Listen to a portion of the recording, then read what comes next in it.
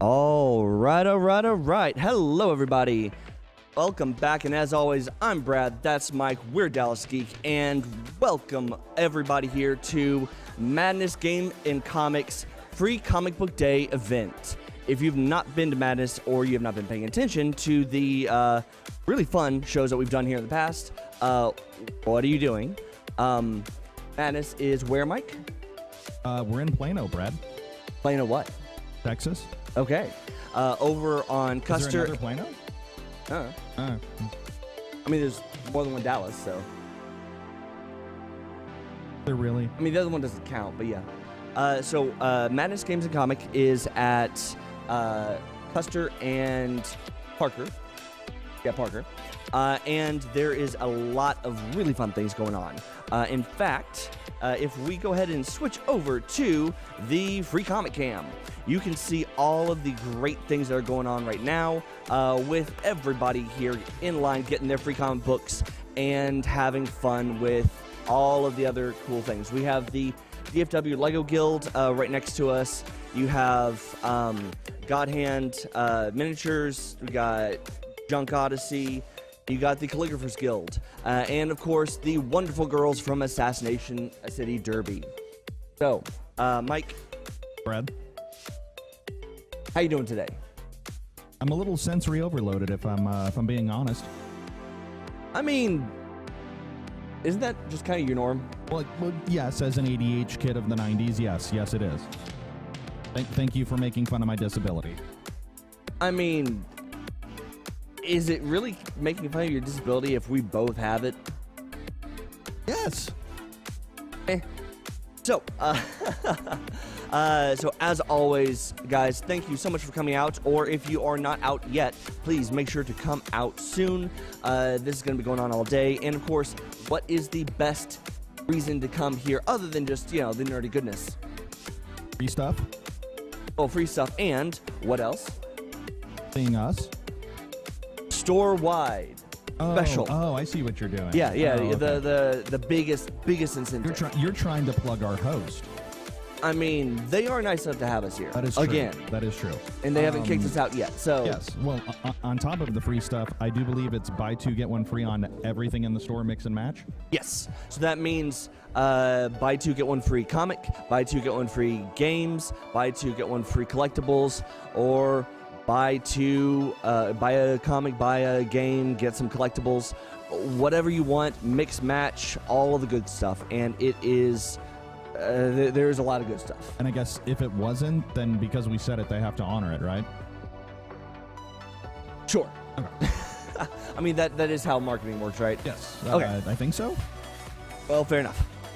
I'm going to adjust this just a little bit. Yeah. Just knocking our mics around. Yep. So, yes, Free Comic Book Day is maybe one of the best days of the year for nerds everywhere. Maybe the closest thing to Christmas that we get outside of Comic-Con. Or Christmas? I mean, Christmas isn't really just for the nerds. So, I mean, does it really count? That's fair. That's fair. Yeah. So this is basically Nerdy Christmas. And it is wonderful. Yes, it is. There are a lot of nerds here today. So, if they have an issue with me calling them that, they're nerds. I don't care. They're not going to do anything about it. Wow. That is some really confident talk there. Okay. So, now, with Free Comic Book Day, of course, we do have the feature of it all, the free comic books. Yes, and this is just a small selection of what there is in terms of the free comic goodness today. Yeah, so Mike and I both pulled our favorite picks from this year's options, but in case you've not been here, just so you know, when you get to Madness or, you know, any other comic store, you get the opportunity to come and choose from a full selection of the free comic books. They are color coded, so it was, I believe, green's for everybody, red is for adults, and what was the other? Either white or non-colored is for everybody. Or it's I think so. I wasn't. Sure. totally paying attention when that was described, though. I might have gotten the everybody and kids swapped. Either way, that's not a bad but thing. it is color coded, so you know exactly what is age appropriate or not. Right. And of course, you do need to pay attention to that if you have little ones that you're getting comics for. Which, of course, yes, even the youngins can take part in Free Comic Book Day. That's because in addition to just Batman, Superman, kind of Spider-Man type stuff, you do actually have things like what was it? The spinoff of Captain Underpants. Yep. You have Spidey and His Amazing Friends has their own comic. I think we've got an Animal Crossing comic out there, if I remember right. Yes. Indoctrinate them while they're young, I guess, right? I mean, that is the way to do it. Yep. Yeah. And, I mean, this is the good indoctrination. Not the awkward and unfortunate kind. I don't know if there is good indoctrination, but sure. Well, I mean, us nerds have to populate somehow. And let's be honest, this is really the only way. Any comment, Mike? Any comment? We are going to hell. Yeah. So, with the Free Comic Book Day event underway, Mike, what are you looking forward to most about what's going on here at Madness or the comic selection? I think it's been a couple years since I got to come out and actually partake in Free Comic Book Day. So for me, I just want to be amongst my people. I want to be amongst the nerds. I want to be, interacting and socializing, things that nerds don't normally do. Sharing my love of all of this with other people. Are you saying that nerds have a antisocial stereotype? No. I don't think it's antisocial. I think it's zero social. I think it's appropriately homebodied because, people are crazy. So, let's just enjoy the nerdiness together. Working retail for the last 15 years, I would agree. People are, in fact, crazy. Yeah, let's not compare people to retail. That's a whole different. I mean, people are retail, but it's true. Anyway, so let's see. Going over to the YouTube comments, we do have Jasmine and Glider that is on her way. So cannot wait to see you. And we got. Mike, I believe that one's for you. I can't read that. Hang on. Yes. That is a coworker of mine. Only a coworker, nothing else. Oh my. Well, that right there might tell you everything you need to know about how people rank in Mike's book of, stuff that he cares about. People are nothing to me, Brad. Nothing. Tell that to Kyla. She's less? But is she people, though, to you? That's a good question. And for those of you who have not joined our show before, Kyla is our lovely co-star who was not able to make it today for, good reasons. But still. The word lovely very liberally. I mean, wouldn't you with her? Fine. She's the funny one. Better get that censor button ready real quick. Yeah, no. There are children here. So, with that, let's go ahead and jump into I'm sure they've seen and heard worse. So, for just as the quick recap of why Free Comic Book Day exists, Free Comic Book Day is an opportunity for everybody who wants to be able to get into comics but was not really sure where to start to come and grab one of these promotional issue zeros, essentially, that will go in and either start a new storyline or recap the story so far so that you can easily jump into the ongoing story or the actual main run. A good introductory point. Yeah. So, like for some of these, you have, nice easy introductions to brand new stories. Right. Others, it is trying to do some heavy lifting, really attempting to catch you up. Yes. Like, for example, going back to Spidey and His Amazing Friends, it is a nice run, but it is not a long-running series or a prolific one. Hello. So, nice, easy introduction with not a lot to worry about as backstory. By contrast, however, Mike, Brad. let's go ahead and pull one of the most chaotic options right there. Nope, DC. DC and Marvel are maybe two of the most chaotic to try to get into, but the ones that everybody knows about. And right here, we have Dawn of DC. And this is definitely one of the ones that's going to be doing some heavy lifting, getting you introduced to what's going on. But in fairness, they actually do a really good job to tell you everything you need to know to jump on in. So, isn't that right, Mike? Sure. The other cool thing that it will have, just to give you an idea, if it is a tie-in event issue, it will actually give you a checklist of everything. We need to go this way with it. Yeah, there you go. So that's your checklist for everything that is going to fall under the Night Terrors event for DC that is coming up in the second half of the year. Yes, and so once again, if you are new to comics or you are trying to expand your comic repertoire, DC and Marvel are known for their big crossover events. And with Dawn of DC, it's one of the big ones that they are doing for this part of the year. Correct. And with that, one of the hardest parts that everybody finds trying to get into it is figuring out not just how many comics are going to be in the Dawn of DC title, but how many other individual comics are going to have a little spin-off inside of it. So you'll have, like, main Batman comic will have an addition to the Dawn of DC. Superman will have an addition. Wonder Woman, Green Lantern, all that. But then you also have the actual Dawn of DC comic. And so having that list right there, great way to be able to keep up with what's happening, what's coming up, and what you do or do not actually need to read to understand the story. So, once again, a lot of heavy lifting, but very easily explained. So, Mike, let's go ahead and what is your first pick for this year's selection? I mean, you got to go with the classics, right? You're a little blurry. There it is. There we go.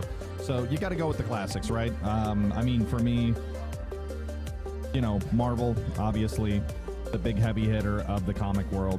I do find it funny, though, because I think we've done Uncanny Avengers once already, like 8 years ago. I guess we're just kind of... Once? Only once?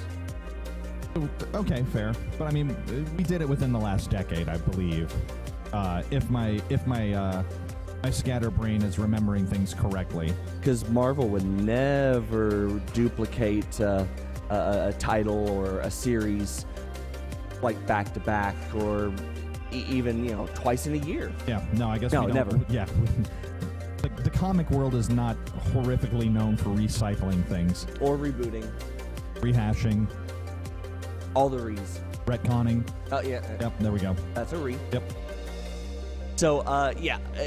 And honestly, that's one of the things that I love most about Free Comic Book Day is that, especially with like Marvel and DC, you do have so many issues with retcons or reboots or redos or whatever of storylines that it really does make it a bit hard to get in if you have not been keeping up.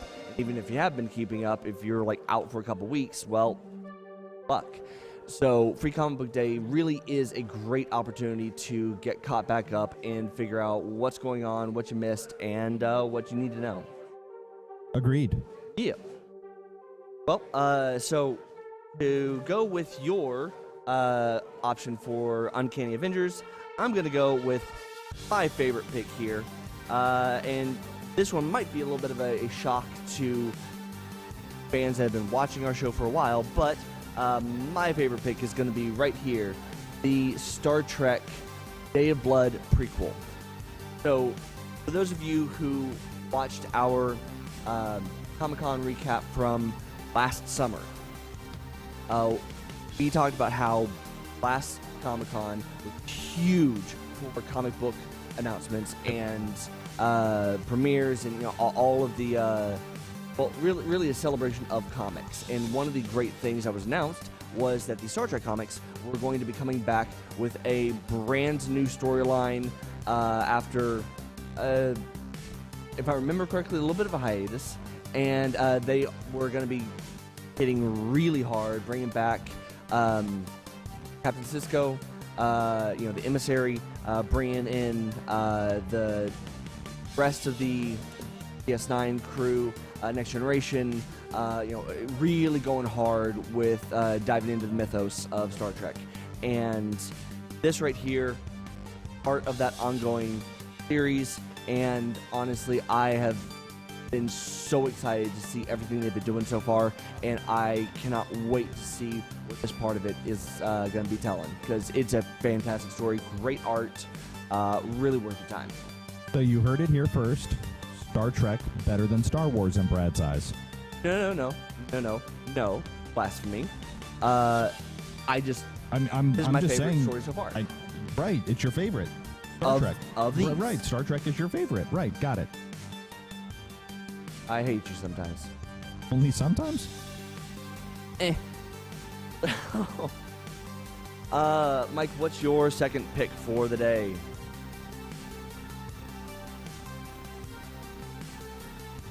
Boom. Okay, I held it right side up, thank God. Tom Holland's Fright Night, one of my favorite 80s horror movies.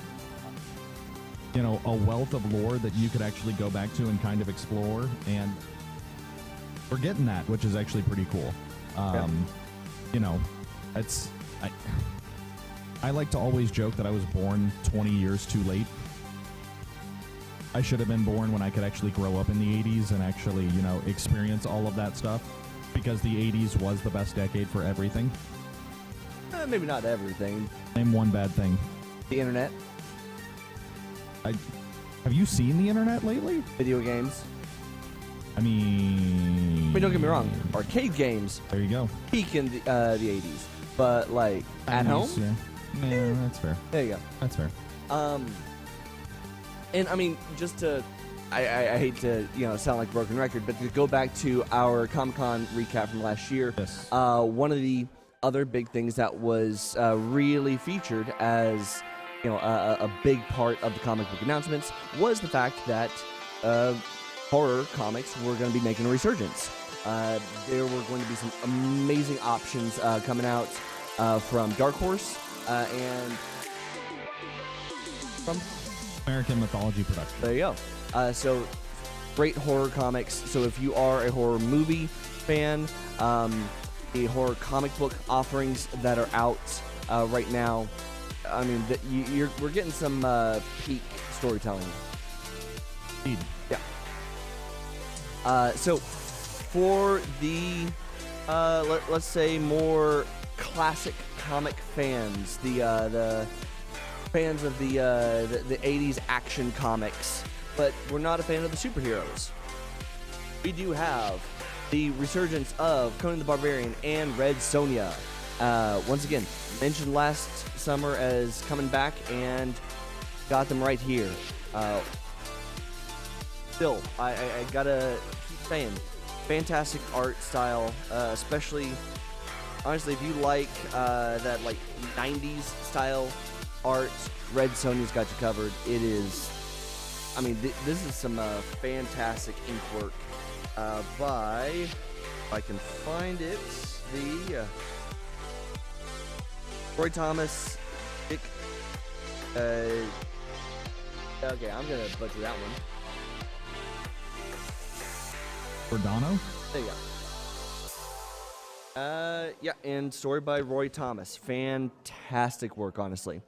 And Conan definitely gives more of a throwback to the 60s, 70s style action comic art with that really,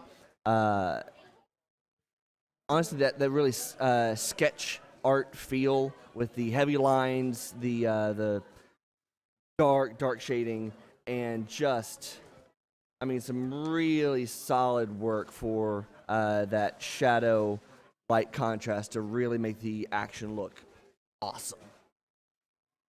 So, Indeed. there we go. Now, let's go ahead and jump back over to our free comic cam. We have a great crowd still here at Madness, and they are only continuing to come. If you are not out here yet, please, please, please make sure to come on out because you are missing out on all of the fun. I would agree. This is a little overwhelming, if I'm going to be honest. That's just because you're antisocial, like we mentioned. That's fair. I personally think this is amazing. And hey, look, we have Tom. Tom, do you want to come around here? Or? Come on. Hello. Hello. Great friend of the show, and one of the best reasons to come by Madness today, Tom. Yes. Yes.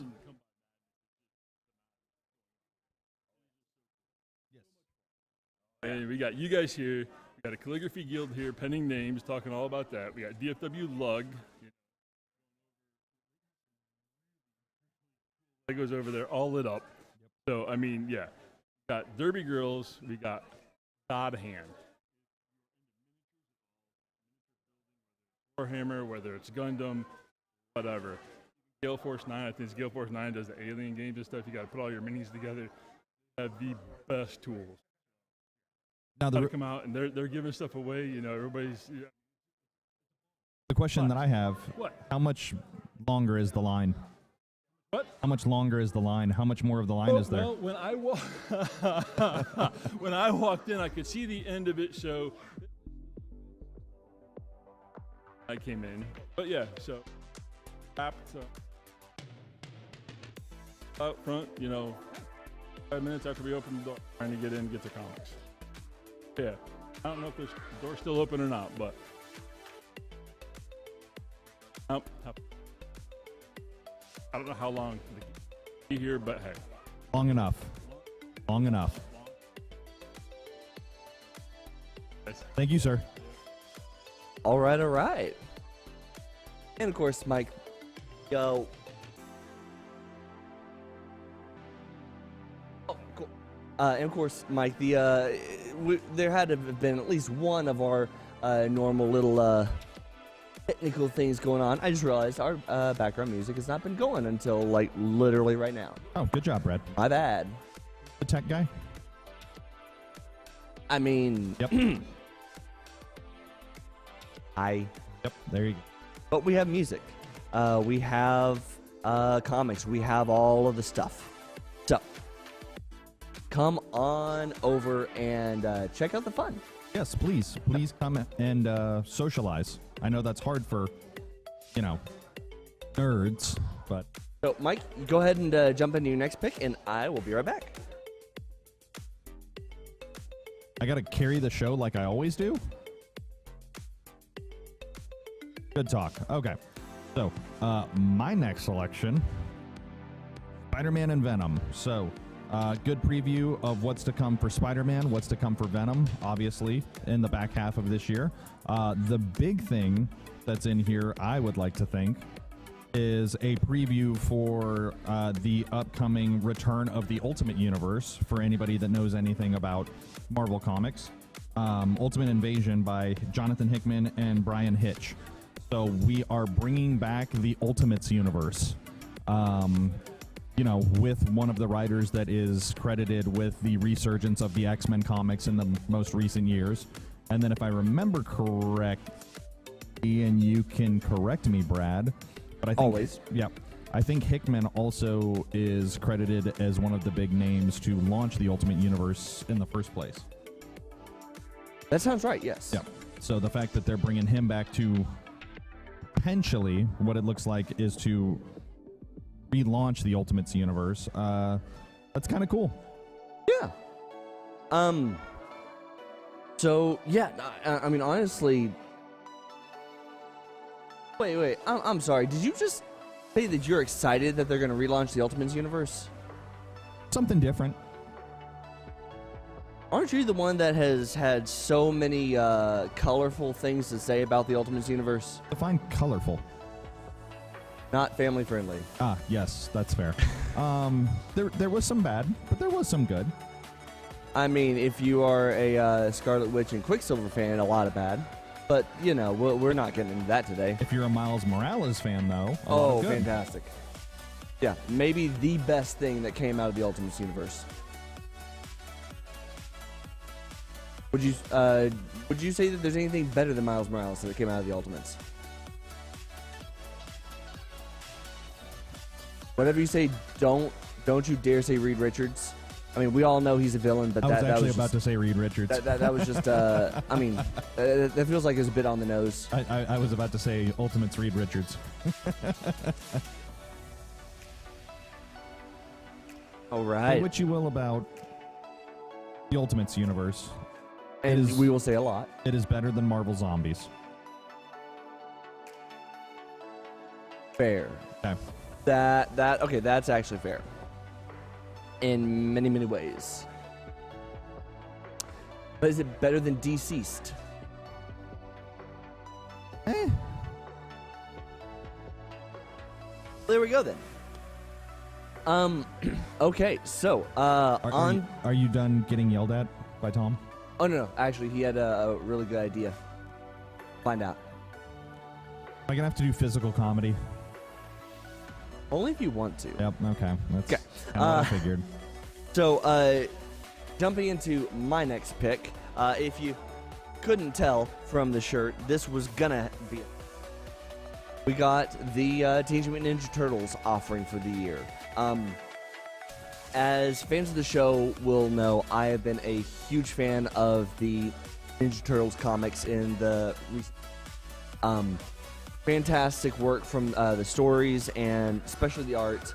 But honestly, I think right now, like this one is bringing in a bit more of the like classic 80s style turtle art for the first half, and a lot more of the rise of the Ninja Turtles for the second half.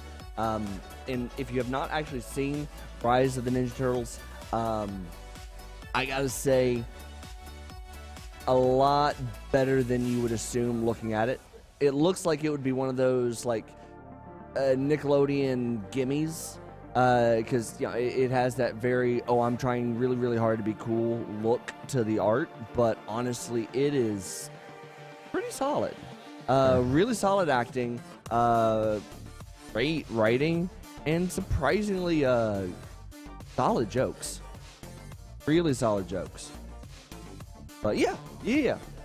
No, so the Ninja Turtle option, great one to pick up. If you are or have been a Turtles fan, you gotta get this. Just check it out.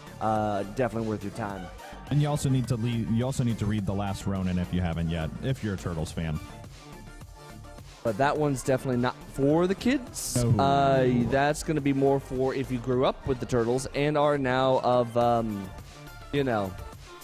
proper age to see some more violent and depressing things. It's a more cynical, jaded, dark look at the Turtles for a cynical, jaded, dark generation. I mean, I would call it the Turtles' attempt at Old Man Logan, but that honestly feels like it's being disingenuous to what The Last Ronin really is. But it does have a similar vibe. Oh, absolutely. Yeah. But, no, I mean, I would actually say as depressing as it is, The Last Ronin is maybe the perfect love story to the classic Ninja Turtles from the original authors. Yeah, I was about to say it's the original authors, so that makes sense. Like, they've already said that this was, in their minds, where the original storyline was always meant to go. Right. And, I mean, honestly, you can tell that this is what they've been thinking about for years. It is well worked out, and, I mean, there's a lot of love for the Turtles put into it, even though it is, I mean, it may put you curl up in a corner by the end of it, but it is fantastic. I would agree. Which, once again, another one of the options that you can find here at Madness Games and Comics. And if you buy 2 other things, one of them will be free. Exactly. You like what I did there, Brad? Yeah, Yeah, always. yep. Now, going back to the Free Comic Cam, we still have quite a bit of things going on. I'm sure you will be able to hear a lot of that going on in the background. Great stuff. Go that way a little bit. Okay, now it's picking you up. Go ahead. But yeah, no, fantastic. And definitely, like Tom said, if you are a tabletop RPG fan, D&D or why am I blanking on the spinoff from D&D? Pathfinder. There it is. Good job. Or whatever the heck the name of the game that Critical Role just came out with. I definitely do not remember. Yeah, I've never watched an episode of Critical Role. I've never listened. I don't know. Blasphemy. I've heard amazing things, but yeah. So if you're a fan of tabletop RPGs, any of those, miniatures, huge part of that. So to be able to come and check out the guys from Godhand and all of the amazing work that they do, and in fact, they're even going to be, I believe, doing a demo later, showing how to be able to work your miniatures into the amazing pieces of art that they produce. Speaking of amazing art, DFW LUG with their setup over here. Yeah, I mean, I'm a sucker for anything Lego, but guys are something else. And they put me to shame. Yeah. And so if you are not familiar with the DFW LUG or any of the other Lego guilds out there, they display a combination of the pre-made kits that they've built as well as custom builds, all of which, though, are going to blow your dang mind. And if you were a Lego fan growing up or are still a Lego fan like us, it will absolutely awaken the inner child in you and make you want to just spend all your money at the Lego store. And then all of it. And then you'll hate yourself all over again when you step on a Lego piece. But you have so many hours of building fun. Yeah, it's worth, crippling, debilitating pain when you step on one of those and catch a corner in the dead center of your foot. I mean, if you don't have children around to leave the mess on the floor, I feel like you only have yourself to blame when that happens. I mean, true. So, Have you stepped on a Lego yet? Amongst many other types of toys, yes. Good.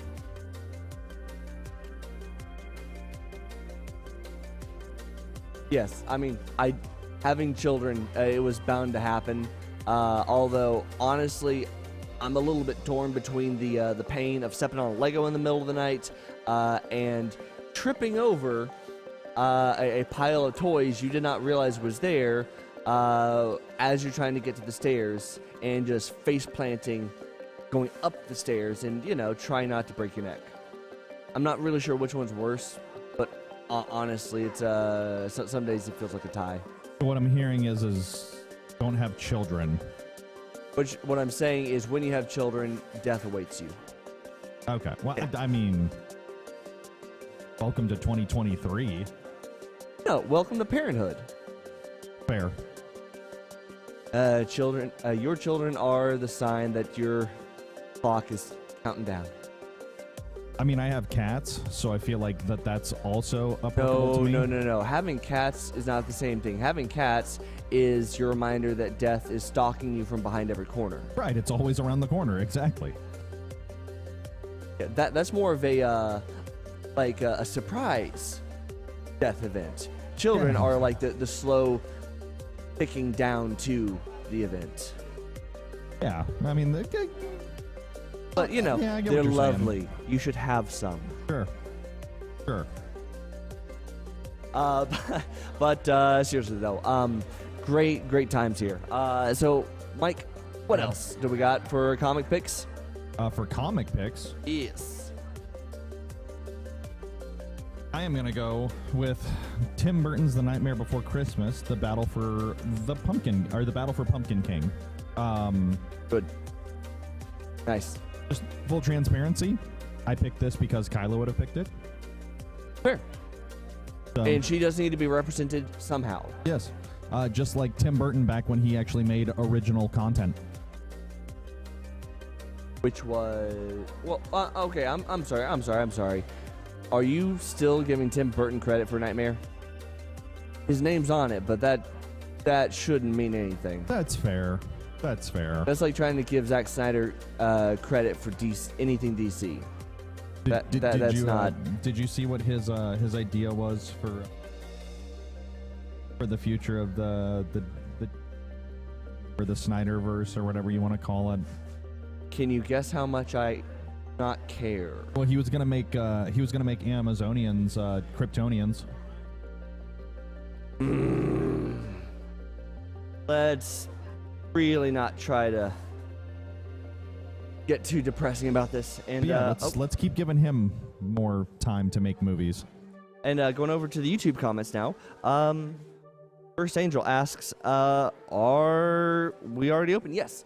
Madness is absolutely open. Been open since 9 o'clock, and we'll keep on going all day. But, free comic books are while they last. So if there's a specific one that you want to get, please get here quickly, because you may or may not be able to get it if you wait too long. If you have to, start throwing elbows. I mean, I think that's a terrible message for the kids here, but Why? They're short enough that they won't get hit. This isn't Black Friday from the 90s. We don't need to start bringing that back. From the 90s. That still goes on now. 2000, no, not now. Yes, now. That kind of Black Friday craziness hasn't happened since at least 2015. Come on.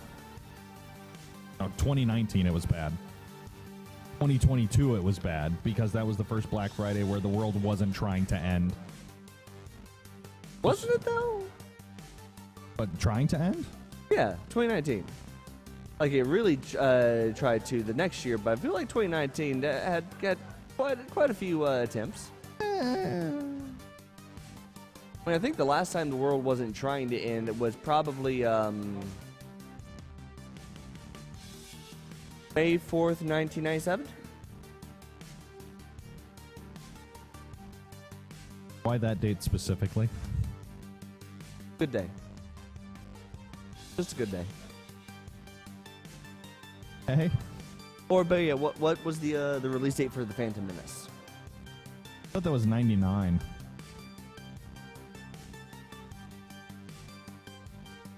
Keep talking. Why?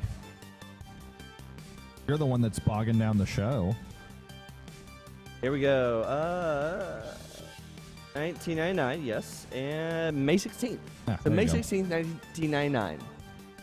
Last day the world wasn't trying to end.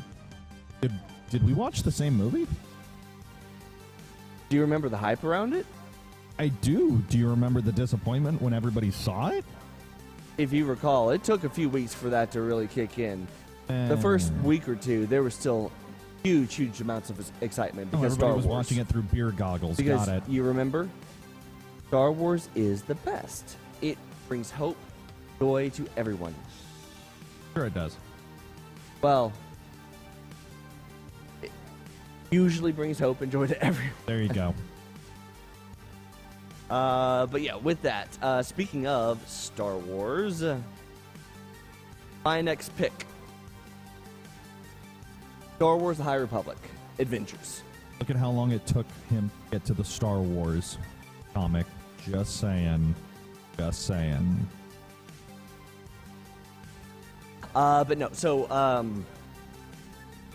Wars The High Republic, we've mentioned it many times on the show, but in case you have not joined us until today, The High Republic is the story that Star Wars is telling of 200 years prior to the Battle of Yavin, at the peak of the Jedi Order. And honestly, in my opinion, and I mean, it seems like it's kind of become the consensus, some of the best, if not the best, Star Wars storytelling that we've gotten in maybe the last 20 years. It is fantastic. They are doing an amazing job.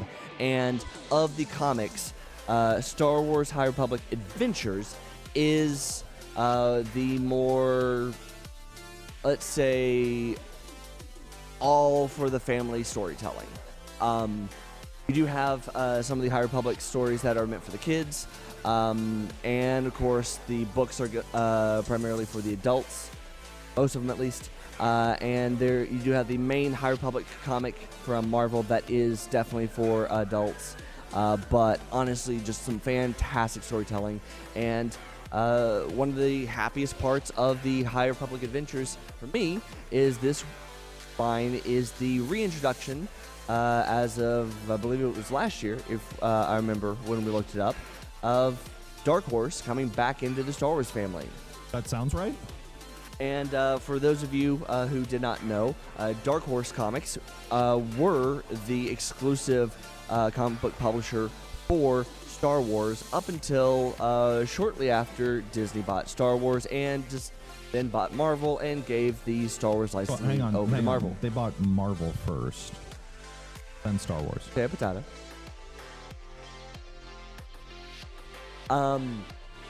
And something to throw at you. I mean, honestly, yeah, Marvel's done a decent job with the Star Wars comics, but my favorite art that we got from the Star Wars comics always came from Dark Horse. Yeah. Because, I mean, Dark Horse just has some of my favorite artists in the industry today. They have actually since the 90s, honestly. Amazing, amazing work. And now having the High Republic Adventures brought back in as the reintroduction for Dark Horse to the Star Wars family. I am so dang excited, and I cannot wait to see what else Star Wars is able to come back under the Dark Horse line, because that just it makes me giddy, like genuinely giddy, like a kid again. Honestly, Mike, I feel giddy like a kid again. Nerd. Yes. But yeah, so I mean, I could try saying plenty of good things about the High Republic, but it just it would be a little bit repetitive at this point. But just in case Star Wars was not enough of a reason to pick up the High Republic Adventures issue, back half of the issue is Avatar: The Last Airbender. Because if you were ever going to pair a non-Star Wars story with Star Wars, Avatar: The Last Airbender may be one of the best options. Would it? I mean, instead of space wizards, you have, elemental wizards going after a villain voiced by Mark Hamill, and using special mystical powers to try to defeat the evil Fire Empire. So, I mean, yeah, kind of. Yeah, actually, that's a good point. Yeah. So, yeah. Mike? Brad? What else you got? Nothing. Well, then let's go back to the free comic cam. So, yeah, once again, Madness Games and Comics over here at the corner of, almost at the corner of Parker and Custer in Plano, Texas. Please come out, have fun. It will be amazing. People are still flooding in the door, and you are missing out if you are not here. Okay. Definitely a super spreader event. What? We're not talking about the P word. Google's doesn't like it when you do that. What about the C word? Oh, they really don't like that. What about the V word? Vigilance. Always important. Yep. But yeah. Let's jump back over to the comments online, see if we got anything. Oh, here we go, on the YouTube comments. We have Couchin' and Slouchin' with Bizzle. Okay. It says, I was just there, coming back to see you guys, and wants everybody to smash the like button. Which, thank you for that reminder, because we do tend to forget the necessary shilling for ourselves sometimes when we're doing this. So, if this is your first time checking out Dallas Geek, thank you so much for joining us. Whether you came here because you found us on YouTube or you happen to check us out thanks to the wonderful, wonderful people here at Madness that put our live show on their website. If you have not already, please do be sure to like the video on YouTube, hit that subscribe button, and of course, do not forget to hit the notification bell and turn on notifications, because that is the one way that you will be guaranteed to find out when we go live, when we post new videos of our interviews, our weekly live show, and any of the other random fun stuff that we like to do. And if you are watching us over on the Facebook, be sure to like the video and hit follow, because that would really help us out too. Because, you know, you got to be able to tell the Lizard Man himself, Zux. I believe it's Zux. That is his the lizard name, right? I mean, that sounds right. Zuxy, whatever. I was going to say, though, I don't think... No, sorry, Zux is a Star Wars character. It's not the Facebook. Justin Timberlake told him to drop the. Fair. Yep. And whatever Justin says is right. True. He did bring sexy back single-handedly. I mean, did it really ever go anywhere? Yes, because he had to bring it back. But he didn't go anywhere. So how could he bring himself back? I see what you did there. And of course, if you don't have time to be able to check out our videos, you can always check out the audio of all of our interviews, live shows, and other things over at Apple Podcasts, Spotify, iHeartRadio, Google Podcasts, and Stitcher, because we are all the places all the time just for you, because we do everything for you. Always. I need an adult. I am an adult. Okay, so let's jump into what is your last pick of the day. Archie Horror presents The Cursed Library, because it's Archie, so why not? Right? At the end of the day, how can you say no to Archie? How can you say no to anything Archie related? I mean, if it's on the CW... Yeah, I heard... Then again, they're going, what, 8-9 years now? I heard Riverdale was kind of meh, but I heard Chilling Adventures of Sabrina was actually pretty good. Oh, fantastic. Yeah. So, that's one I probably need to watch. It took me until season 2 premiered before finally getting around to watching it on Netflix. And, oh my gosh, amazing show. And, I mean, if you were ever going to have a follow-up to Melissa Joan Hart as Sabrina, Kieran Shipton, I probably just butchered her name. Didn't think I would get a Melissa Joan Hart shout out on Free Comic Book Day, but okay. Type faster, Brad. Home row, come on now. Always home row. Here we go.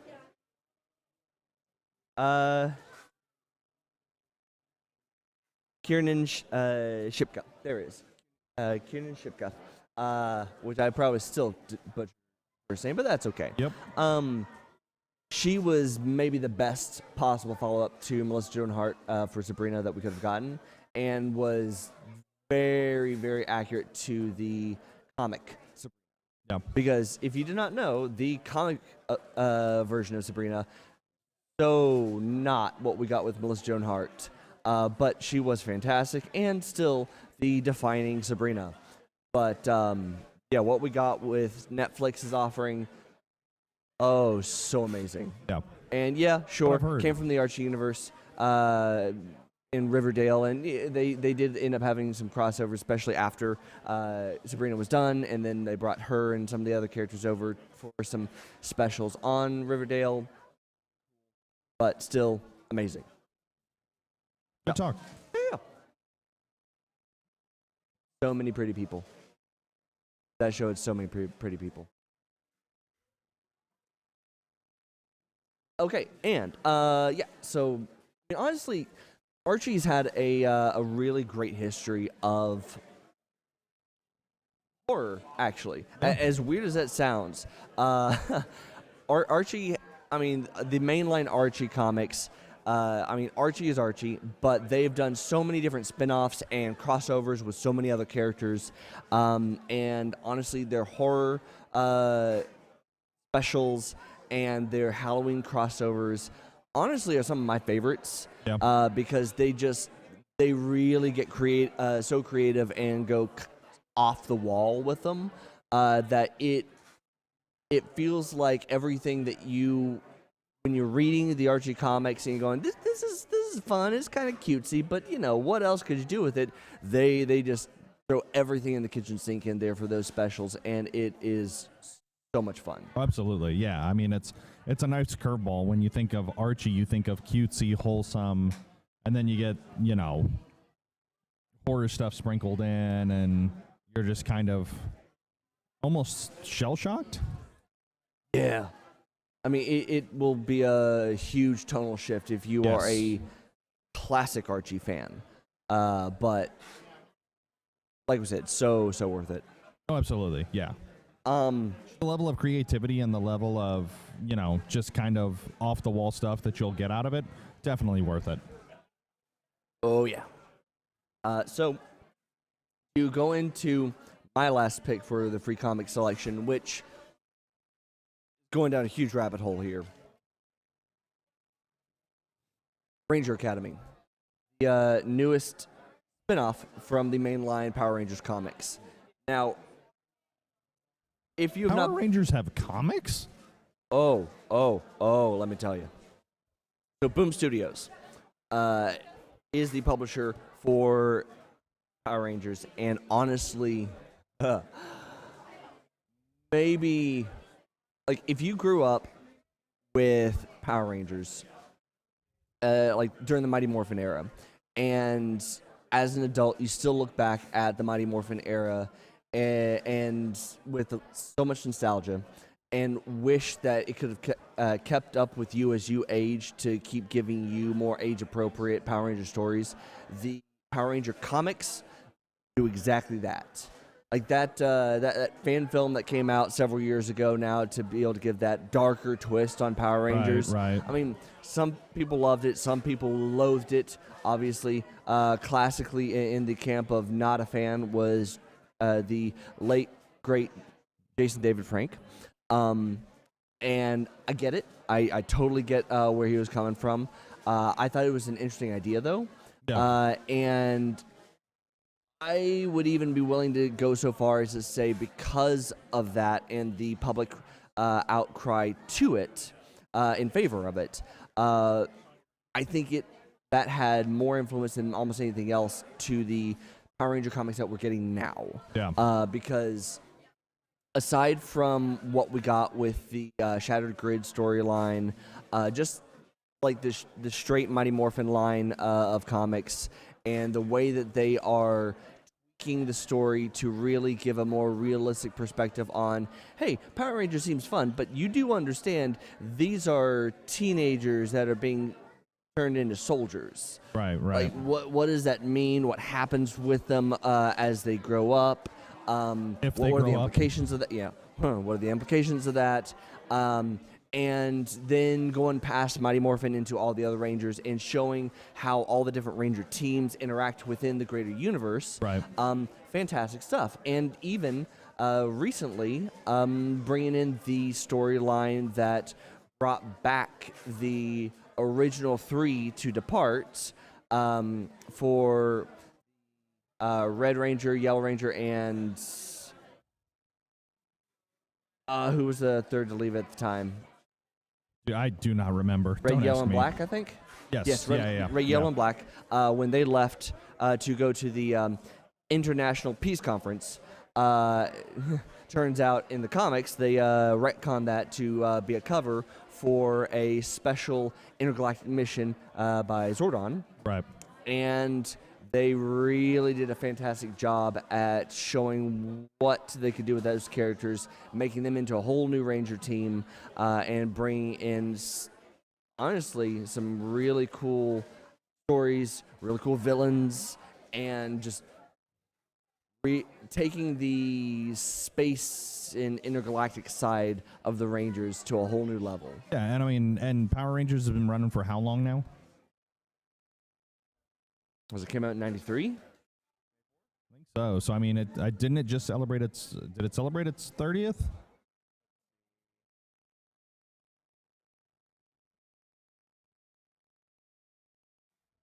Type faster, Brad.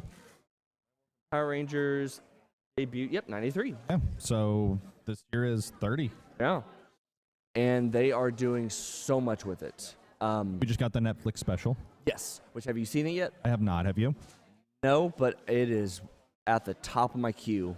Everything I've heard about it says it is cheesy, it's ridiculous, it is everything that the original Mighty Morphin was, and what you would hope the Union special would be like. Right. It is absurd and just wonderful in every possible way. Like Power Rangers in general. Yeah, basically. Yep. I'd say that was maybe one of the happiest things, announcements from the Power Rangers universe that we got this year. Right. Since most of the big comic announcements came from last year. Right. And we're just now getting to see all of them come to fruition. So, it sounds ridiculous to say that I'm really wanting to keep up with Power Rangers more and more each year, but I mean, I really do. And the Ranger Academy, like I said, just the latest spin-off of the Ranger story, and the fact that we get a new team, get a new concept for the Rangers, and the next generation of Rangers. I mean, I'm down. Right. I'm absolutely for it, and I mean, the fact that we can continue to get the Rangers stories in the comics, both for kids and for the adults and parents who grew up watching Power Rangers, while the shows are still going on. So have those as being entirely for the kids. Right. And we are getting brand new Rangers merch. We're getting all this stuff. I mean, I don't even know if you could say that the Rangers were this popular and successful back in their heyday. And they were huge back in the early mid-'90s. Yeah, it is interesting to see like how that franchise has, like, in ways it's ebbed and flowed, right? Like like they'll drop a new series, it'll kind of, resurge in popularity, then it kind of wanes, then it kind of resurges, then it kind of wanes, and then it hits an anniversary, and then it blows up again. And I think the fact that like pretty much everybody that's ever been involved with it stays involved. Yeah. Like none of them have really gone to the, it's beneath me, I've moved on, I'm a serious actor, or I'm this or I'm that. Like it, generally speaking, like they all in some way stay connected to the property. Yeah, and that's not just for the sake of conventions or anything like that, because, I mean, you'll see plenty of actors who are attached to big properties that they'll remain connected just for the sake of conventions. But for the Rangers, whether they continue to stay directly part of the property or peripherally, they stayed in acting, got out of acting, there are very few former Ranger actors who will have anything really negative to say about the property. I mean, plenty about the actual production side of things and whatever, but not about the Rangers themselves. Right. And I mean, as much as the joke online goes about, oh, well, Power Ranger acting is so, it's so kitschy and kind of, janky and whatever. And I mean, how great could the actors really be? Right. I mean, when you go back and look at the actors that have been part of the franchise, a lot of them have gone on to do some really great things. Yeah. So, I mean, there's that. You know, it's almost like it's almost a Star Wars level of like connection that they keep with the franchise, right? Like you know, for the longest time there was the call for Ewan McGregor to come back and reprise the Obi-Wan role, and when he did, you know, he's always been vocal about wanting to do it. Yeah. You know, there is that connection that, like, genuinely speaking, like, they genuinely liked playing the characters and they liked being involved in the universe. Oh, yeah. You know, and the fact that, you know, so many of them still do the convention scene after, you know, their time has come and gone on the show, you know, it speaks to the fact that they still want to get out there and they still want to interact with the fan base. Oh, yeah. No, I mean, it's really cool to see, honestly. Yeah, absolutely. Yeah. Because they could be the jaded, you know, cynical, I've moved on, you know, like this was something once, but, you know, it's past me, like it's beneath me at this point in my life or whatever, but none of them have really done that. Yeah. No, and I mean, we see that with plenty of other franchises, but Rangers like Star Wars is one of the ones that, yeah, no, once you're part of it, everybody seems pretty happy to still be recognized for it. Right. So, yeah. Yeah, so, I mean, we've gone through all of our big picks for the Free Comic Book Day. Just to go back again, we got the Free Comic Cam. I mean, we've said it over and over and over. People still keep showing up. I mean, we are now It's just over an hour never-ending. in, and I have not seen the crowd slow down once, and that is just awesome. Insane, really. Like, Yeah. it's just, it just going. Yeah. Like, I don't genuinely see an end in sight. No, I mean, really, that's exactly what you would hope for an event like this, Right. where you're really hoping to be able to bring new people into the fandom or help people expand their fandoms. Seeing just more and more people come in, that is exactly what we want to see for this. Absolutely. It is just so cool, honestly. Yeah, absolutely. But yeah, so Mike, Brad? what else do you have to say about Madness or Free Comic Book Day or any of the things or stuff? Look, just come hang out. Yeah. You know, come be a nerd with us. You know, if you guys can see the Free Comic Cam, this would be a good time to show, you know, go back to the Comic Cam, Brad. There you go. Well. Just look at how many people are here. Like, all of them just kind of hanging out, socializing, picking up some comics, maybe picking up some Funko Pops, tabletop games, because it's buy two, get one free, mix and match on anything in store. Is that a good plug? Yeah, solid. Okay. Solid. Good. Look, there's something here for everybody, right? Oh, yeah. Like, there's something for anybody that has any kind of nerd fandom or anything like that. You can find something here. So come find it. Oh, yeah. And I would even go so far as to say the free comic books, obviously, they're the big draw of the day because course, yeah. it is Free Comic Book Day.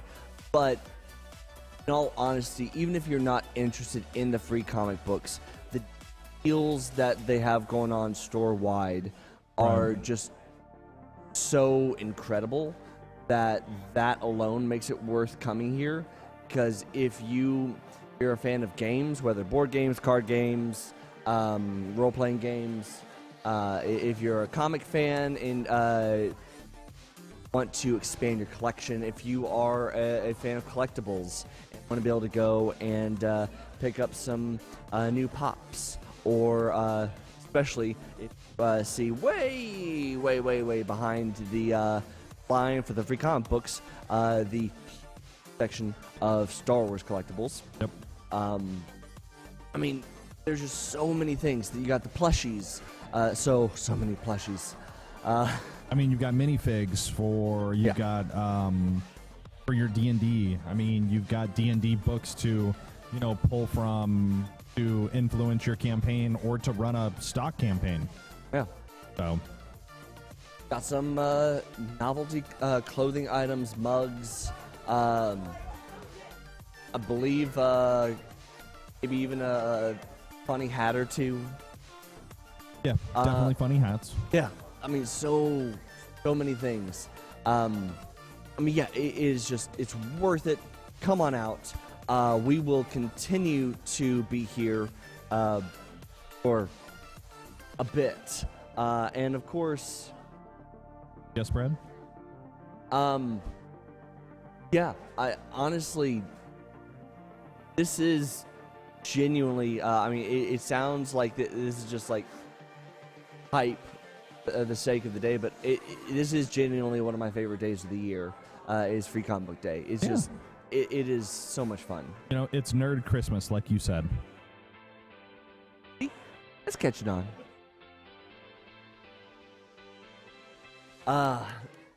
But yeah, no, great stuff. Fantastic time. And of course, just to go back over everybody that is here, we do have the wonderful girls over with the Assassination City Roller Derby. Have the amazing miniature creators over at Godhand, which not only do they have their local guy here, but creators of Godhand flew in from Japan specifically for this event and are here over at the table. I mean, these guys, I mean, if you want to be able to see some amazing miniature talent, these guys are just phenomenal. Like we said earlier, I believe they are going to be doing a demo at some point today, if we haven't already missed it, to be able to show off some of the, to be able to up your miniature game for your next tabletop adventure. Doesn't end. Yeah. We got Junk Odyssey for the mobile puzzle game. We got the Kaligrafos Guild, because regardless of what you think your handwriting is like, or what you think is, you know, whether drawing is your thing, the Kaligrafos Guild has got something to be able to help just give you that little extra something for the special occasions, for whatever, for your, you know, for your sign, your, especially for tabletop games, for like the words that you want to put in for, you know, props, or your DM screen, or whatever you're wanting to do. And of course, DFW LUG, the Lego Guild. Yep. Oh my gosh, seriously, guys, and don't forget, cannot Brad, say enough good things about the amazingness over here. And by the way, the Legos light up. Yeah. The Legos light up. I'm about to say a light up Infinity Gauntlet. That's dope. And light bikes. Oh yeah. Can't forget the light Look bikes. at that, light bikes. And Holy crap. Venom and Carnage. That's dope. And Mando's ship from end of season 2, beginning of season 3. Yeah. You got Thor's hammer. So many cool things. In fact, I'm going to go ahead and get that, get our free comic cam to get a little bit better. Oh, cool. And one of the booths that Brad did not shout out, it does appear that Gearbox is over there. Gearbox, as you know, publisher, developer for games like Borderlands. They are locally based in Frisco, and it looks like they are looking for playtesters. So, oh, what are you doing, Brad? What are you doing?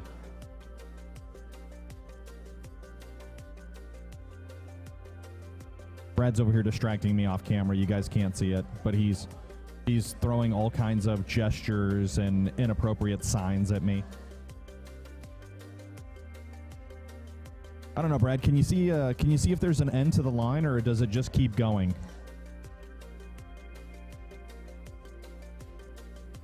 None. So it just keeps going. Yeah, I mean, what do you think, Brad? You think they've exceeded their legal limit capacity for the building? No. We're still good. Probably fit a couple more 100 people in here. Yes, yeah. Everything is good. Nothing to see here. No, this really is, I mean, Brad jokingly calls it Nerd Christmas, but this really is a day where you can just come out and just find anything and everything to your fullest nerded heart desires. And it's buy two, get one free on everything in the store. Did we mention that, Brad? I think we mentioned that once or twice, right? A few times, yes. Yep. Okay. Buy two, get one free, everything in the store. Mix and match. Yep. But yeah, no, I mean, I don't know if there's anything that we haven't covered at this point. I mean, once again, we will say until somebody corrects us. And if you do want to, please try in the comments. We would love to hear from you. Madness, as far as we know, largest game and comic store in North Texas.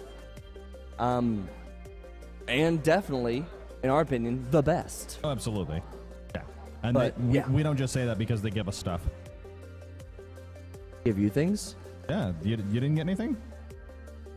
Huh. Okay, then. Well, I know which of us they like more. Clearly, it's not me. That's the case with everybody that meets us.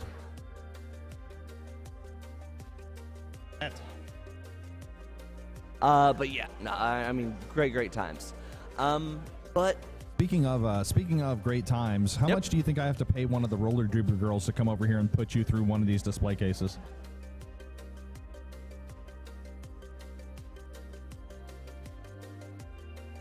Do you think we could swing that, or maybe put you through a table?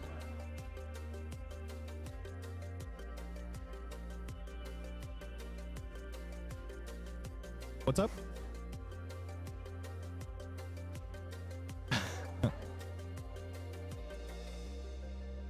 Oh. Hey, Tom, really quick. How much would we have to pay one of the roller derby girls to put Brad through one of these display cases? Oh my! What do we have to pay one of the derby girls to body slam Brad? Oh Yes.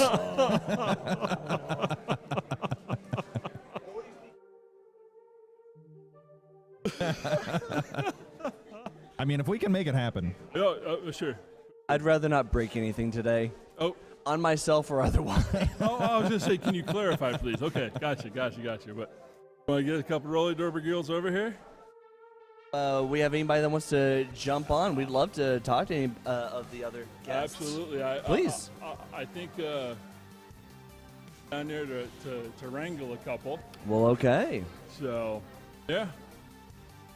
I think we have Harley coming, maybe? We actually have two Harleys here today. Oh, nice. I saw one of them kind of rolling throughout the store. So. Yeah. They have about, they'll probably talk about it now, but they have about coming up next weekend, and it's DC versus Marvel as a theme. It's Okay. going to be cool. It's going to be Nice. wicked, yeah. Oh. Saturday? Oh, absolutely. Got some Here we people rolling go. over. Hello. Hello. All right. In here. Well, Mike, I will let you take this one. Why do I have to do everything? Oh, because you're going to do the physical comedy. That's right. You special. Well, I am special. That is sure. Phrasing? Oh, okay. Hello. How are you doing today? How are you? I am surviving. Surviving the crazy that is today, at least. You guys doing okay over on your side of the store? Doing great. Awesome. So why don't you, those people right there, why don't you tell them a little bit about what you guys are here representing today?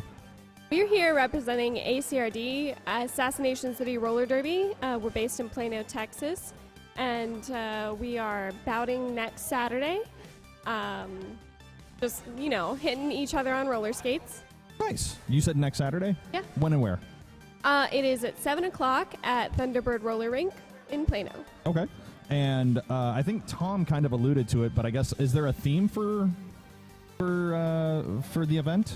Yes, next week's theme is Marvel versus DC, and Okay. it's interactive. So you'll spin a wheel, pick our penalties and stuff. Okay. So who are you representing next week? Are you Marvel or are you DC? I don't know yet. You don't know yet? Yeah. Why don't you know yet? The roster's getting released this weekend. Oh, okay, I gotcha. So I guess roller derby. Explain to the people at home watching a little bit of what that is. All right, so you've got 10 people on the track. It's an oval track, and there are 4 blockers on each team, Okay. and then there are 2 jammers. And the jammers try to get through the blocker walls to score points, Okay. and sometimes their blockers help them. Okay. So how, in terms of physicality, how physical of a sport are we talking? Highly physical. It's Highly a contact physical? sport. We Okay. hit each other. We don't throw elbows. Oh, well, where's the fun? There's a lot of other things we do. Big Okay. hits. Sometimes people go flying. My favorite part is the fans drink beer and build pyramids. Now, you don't have to drink beer. You can drink soda. Okay. But you build can pyramids. And then when skaters take particularly rough hits, they'll like fly into the pyramid and like cause an explosion. I am all about it. So fan interaction is what I'm hearing in terms Yes. of, okay, awesome. So how long have you been participating? I've been in Derby for 7 years. Okay. Any serious injuries? Not in Derby. Knock on wood. So I guess one thing that I was trying to find out, how much would we have to pay one of y'all to perform any kind of physical act on my partner in crime over here? Well, we're always willing to take donations. Okay. And just like don't sue us. Do you guys have a Patreon or a Kickstarter or anything like that? If we put it over the web and we hit a certain amount, can I get you guys maybe to like put him through a table or something like that? For a table. Oh. Or maybe I saw a Harley rolling around with a mallet. Could we maybe yeah. get her to roll by and just hit him in the back of the head with it? Yes. Okay. So that's definitely something that we can swing? Yeah. Okay. Pun intended. Oh, Brad sees what I did there. Brad, you got any questions for our lovely guest? Yeah, shut up. I don't care. No, we're gonna hurt you. After all of the years that I had to do the physical comedy in this group, you're gonna do at least one thing. Yeah, you are gonna be crying. Is there anything else that you would like to plug while you're in? We love new skaters. Even if you don't know how to skate, we will teach you how to skate. Okay. And we take in new skaters every month. So if you identify as not a man, you come join us. Nice. How long, I guess, you guys have like a season, or are you guys like year round, or is there like an off season? Like, how does that work? We do have an off season over the holidays, but then our season is, right now, it's April through August. Okay.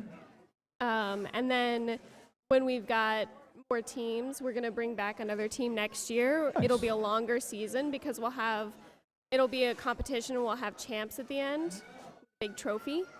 Always fun to win a trophy. Yeah. Always fun to win a trophy. And you guys are all North Texas based, or do you guys actually go outside of the DFW region?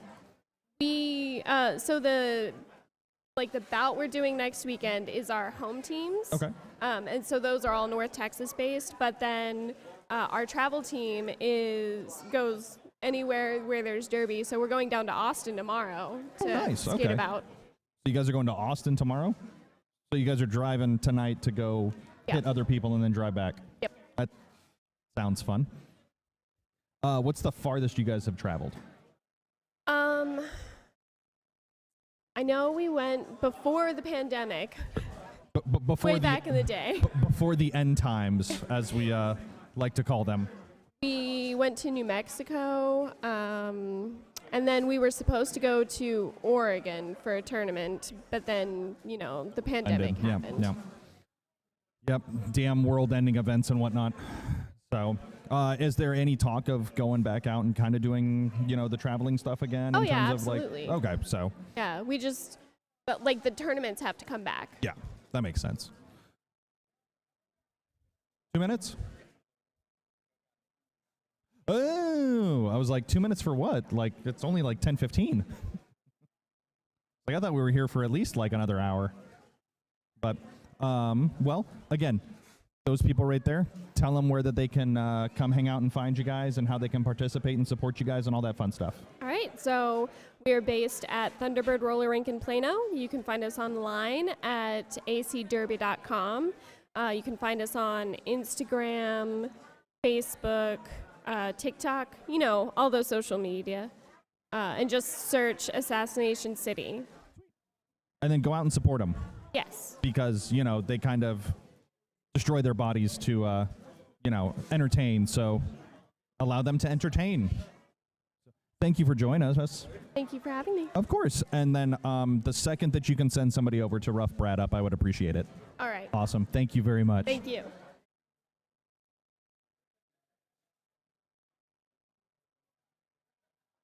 Again, Brad, all of the years of physical comedy that I have done, I'm going to get you hit by a girl on roller skates today. I mean, hell, give me the roller skates. I'll hit you. I feel like that's more earned than anything else. That's fair. That is, that's actually probably a good point. So, okay, and next up, we are about to get another group of guests, this time from Godhand, here in, I believe, just a minute. Nice. I have to go to the bathroom, so you can do this one. Wow. Talk about a segue. Coffee's kicking in. What do you want from me, man? Where? Ask something. Wham my foot up your... Well, no, there's kids around. I caught myself. How about you, you go get Tom, let him know, and I will get everybody ready for the wonders of Godhand.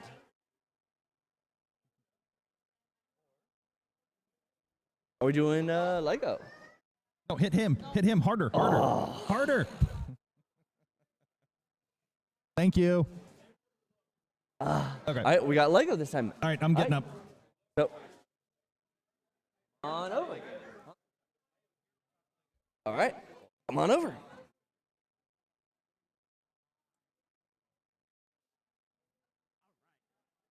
Okay. Right up and okay. So, hello. I'm fantastic. So, for everybody in the audience out there, what is your name?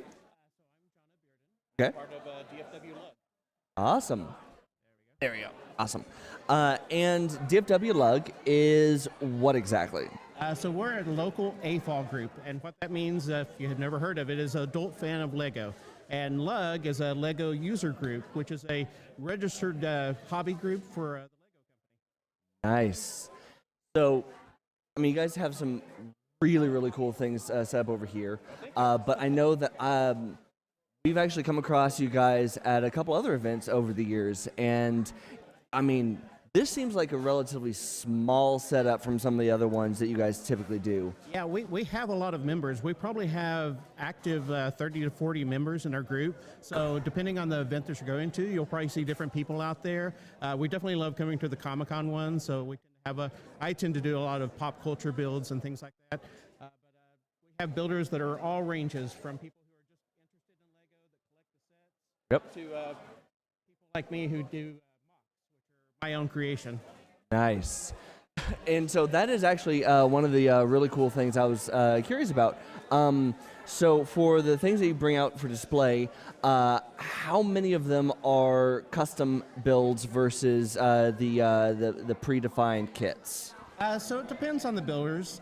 It's definitely kind of a level of comfort, and a lot of times people kind of are a little bit nervous about bringing out their sets too. I know that I can rebuild most of my things, so I'm fully willing for kids to come up and touch sometimes. In fact, I actually build a lot of my own mocks with that in mind. One of the ones that I have that I don't have here today is a working arcade cabinet. And so that one actually plays all the old arcade games on it, so it's just asking for people to come up and touch the Lego. Wow, that is so cool. So the working arcade, that means that you just have an emulator inside and the little joystick and everything? Yeah, so I built the frame out of Lego and built most of the parts out of Lego, but all the real stuff in there that actually works are the controllers themselves, or actual controllers, and there's a Raspberry Pi that's inside of it that's running main. Oh, that's fun. Oh my gosh! And so like little mini cabinet or like It's a barcade. I probably eventually will make a large one, but Yeah. it's always that sort of thing of like how large you build it and how much can you actually transport around. I'm definitely yeah. at that level now with a lot of my box to where if I brought everything out, I'm going to be getting like a travel trailer to carry everything with and then set up time. Yeah, because that is actually the thing that, I mean, a lot of people don't really think about when it comes to Legos. That, I mean, yeah, you got some kits that can get pretty big, but, I mean, when most people think about Legos, they think, oh, small, medium-sized sets, and they forget that if you have several of them, that adds up really quickly, and it takes up a lot of space. Oh yeah, and if you've ever seen actual Lego builds, of course they do the massive things of like full-size figures of characters and things like that, and there's a lot of consideration into what they build around that. A lot of it's framework and that is definitely a consideration when you have something that's going to be ported around and you don't want to set it up and rebuild it a lot. Yeah, I mean, especially for some of the larger builds that are going to be going around. I mean, I would imagine something like the giant purple globe over there. Is that what that is? So that is actually Ego from the comic books. I know you probably saw him in the movie and you saw Yes. points of it when he was the large kind of planet-sized thing, but this is taken directly from like the old Kirby comic books when you had Ego with this very purple color to it and a lot of kind of pocky marks on it and things like that. So in like something like that, or like Death Star, the full size Death Star and everything, I would assume stuff like that would be a lot more reasonable to try to glue together for transport. Because if that were to fall apart, I can just imagine the devastation that would occur. It is, and it kind of varies with Mach. That one actually is not glued together. That is actually purely stud locking and everything else on it. Wow. It ends up being 6 frames that all hook together through snot bricks, which another Lego term I'm throwing out there for you. But any bricks that have ability to basically connect without showing the studs, it's called a snot brick. So I use snot bricks on the insides of these halves to hold it all together, and it's crazy how much that clutch power that Lego uses in their studs can hold certain things. That is impressive. Man. Yeah, no, I mean, I don't know.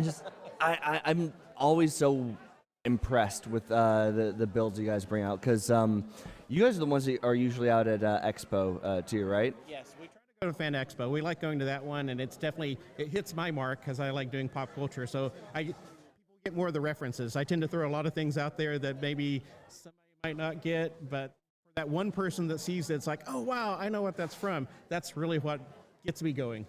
I mean, you want to talk about one of the larger setups you guys do. I mean, I know whenever we've gone by y'all's booth there, it's usually pretty extensive. Yeah. Like full, like little Lego cityscapes and, just huge, mock-ups of, I mean, honestly, some of the coolest stuff I've seen. Where our group kind of shines and we can get a lot of builders involved is when we do something collaborative like that, where it's a city layout or it's a train setup, because a lot of people can contribute to that. It's not just one builder showing off their stuff, it's multiple builders showing off different styles and different things. Come here, buddy. Looks like my son finally made it out for his very first free comic book day. You want to say hi? Oh. So, do you like the Legos over there, bud? Guess what? Right here, we're talking to one of the really cool builders over here.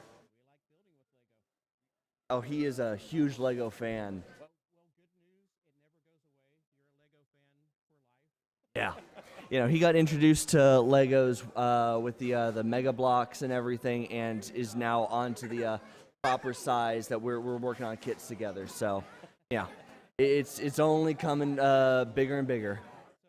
Let's throw out another Lego term since we're kind of talking about that. A lot of builders go through what's called the Dark Ages, which is that time period of you may play with Legos as a kid and you enjoy that sort of age, and then you get in that era of where you're just like, oh, that's a kid's toy. I'm not going to play with it anymore. And when you come out of that, that's ending your Dark Ages.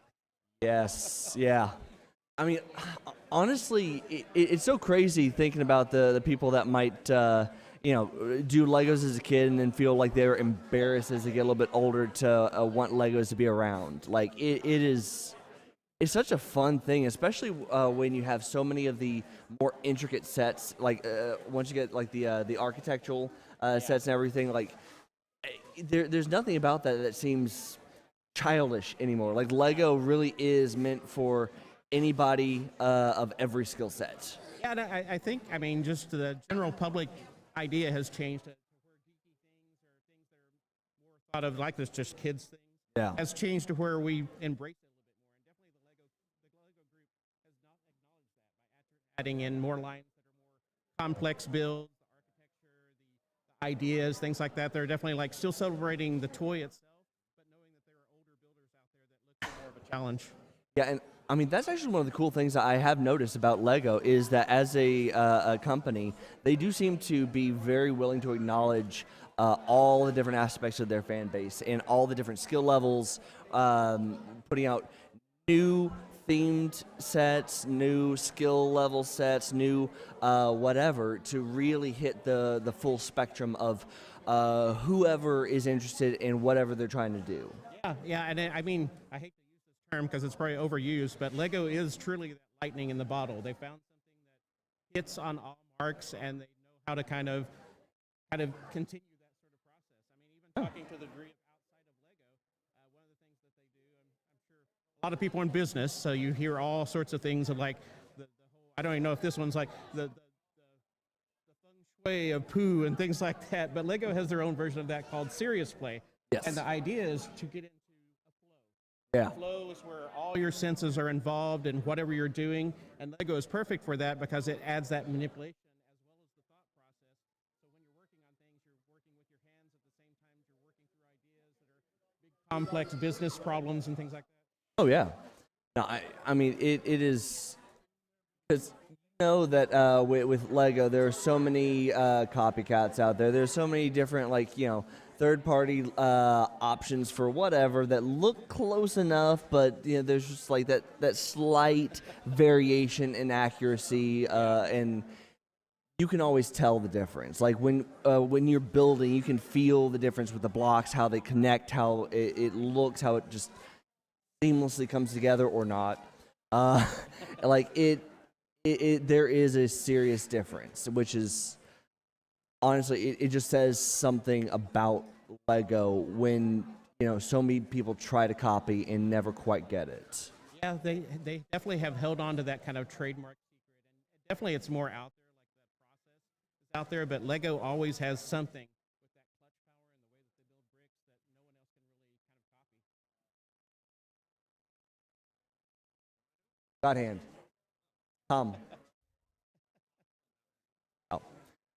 So yeah, no, I think that's all the more reason for people to come out and check out what you guys are doing. Yeah, so thank you so much for jumping on the show. It's been so much fun. Bring over any of the Lego. I'm more than welcome to be your carrier and presenter for anything on the show too. We will Oh, yeah. Yeah. 1 second. That's actually my build, so I'm coming with her. You are really trying here, aren't you? Oh, thank you so much, Mike. Yes, please. We're ready. And do you want to, since you're the D&D guy, do you want to take on the Godhand group?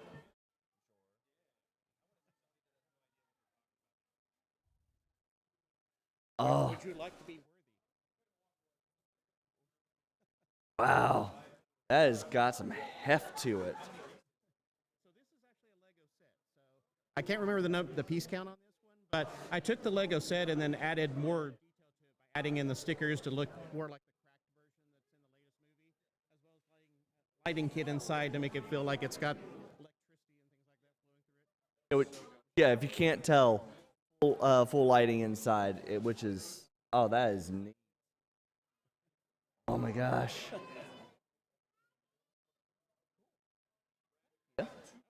Two. Well, okay. All right. Well, thank you so much for your time. No problem. Thank you. Have a good comic book day. Oh, yes. All right. Well, let's go ahead. that over. Good. So come on here and. All right. So just lean right on into the mic and get real close and personal with it. All right. So yeah, and just on this way so we can get you both in and perfect. All right. So for everybody out there, you are Noah and Now, yeah. awesome. And y'all are Godhand, correct? And I believe you are one of the originators of Godhand, correct? Or Japan. Okay. So for everybody out there that does not know, what is Godhand? And we are a manufacturer of tools for plastic models. Okay. Oh, yeah, please. So, I mean, obviously, with miniature, there's a lot of intricate detail that can go into trying to get just exactly what you're trying to go for your character or your sets or everything. So, how do most people think of, the paints and the pre-made options most of the time, but how do the tools come in handy for what you guys do with these? So conventional nippers for plastic models has 2 blades. Okay. But our premium nipper right here, it's a SPN 120. That's the name of the product. It's an ultimate nipper. And this one has one single blade. It's a super thin, like cooking knife. And the other side of the edge is like a cutting board.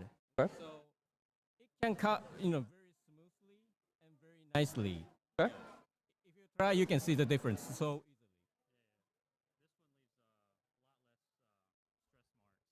Gotcha.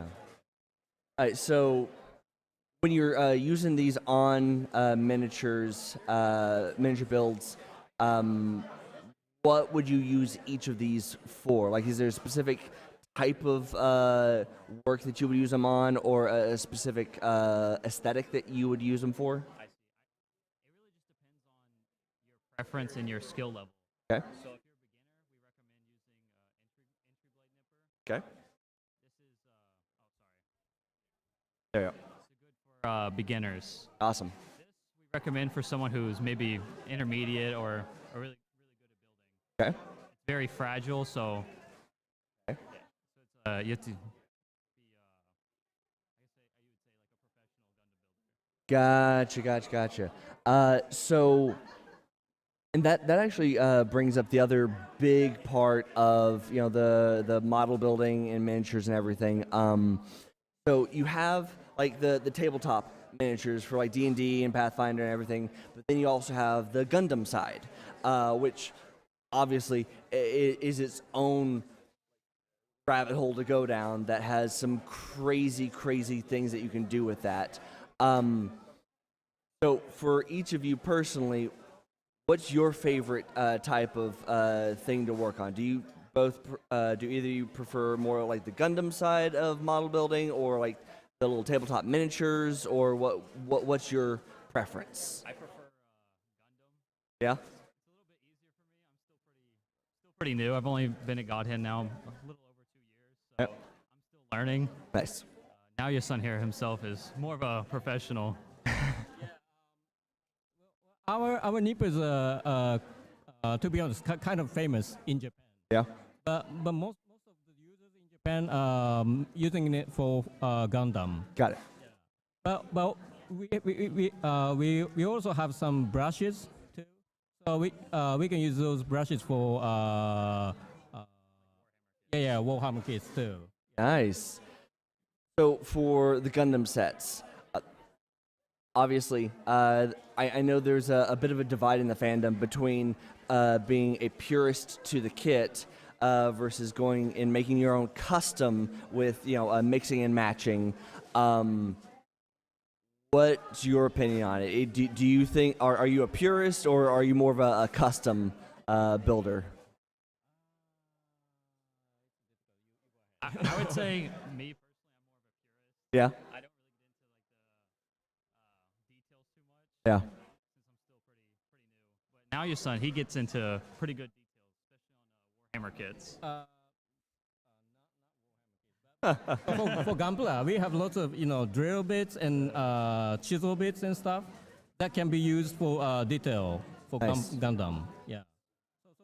So basically, we can recommend a wide range of products from nippers, brushes, chisel bits, and also brushes and sanding sponges too. Okay. That can be used for model building. So the nippers seem like they'd be pretty straightforward to understand what you do with those for the Gundam sets, but for the chisel bits, would you use those for something like making battle damage on them, or just putting in a bit more fine detail for like custom engravings, or like what would those usually be used for a Gundam set? It just depends on your imagination. You can do the damage. You can. Yeah. Nice. So, it seems like you guys have a pretty large fan base out there that loves using your tools and using some of the different techniques and tips that you guys put out for how to use them to be able to build your kits. What's the craziest build that you've seen somebody make with your tools?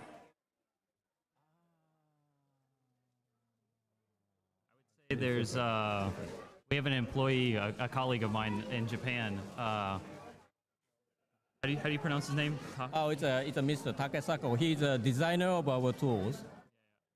He gets into great Yeah. detail. Yeah, I'm like Cool. let's say the most recent one he did was maybe a giraffe, and he painted every detail of the giraffe, all the way down to the eyes. And like, how big are we talking? Was the giraffe? How big was it? How big was the giraffe? It's a 35-1. Wow. He's been doing it now maybe a little over 20 years. Maybe more than that. I think from junior high, so maybe it would be like 30 years. Yeah. 30 years. There are a lot of those modelers in Japan. Yeah.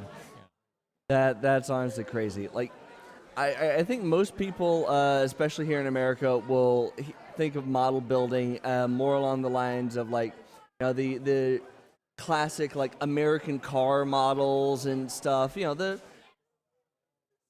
Let's call them the simple options. But there really is a large range of options for model building out there that can get really, really crazy. So with the Gundams, the Warhammer, the miniatures, everything, like what are you guys working on right now as far as tools to be able to help with new builds? Is there an area you're focusing on for like trying to make tools specifically for miniatures, or are you making more for the larger Gundam style models, or what are you guys working on right now? Yeah, like new products that you guys are working on that you can talk about or have just released. Recently, we started a single blade nipper made of stainless steel. Okay.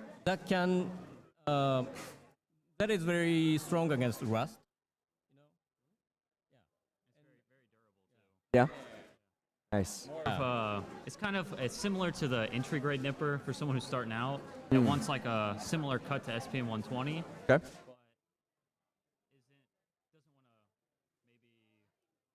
Damage the product. Yeah. Nice. Okay. Which that's the really big thing. Like, I've always wanted to do model building, but never really had the time.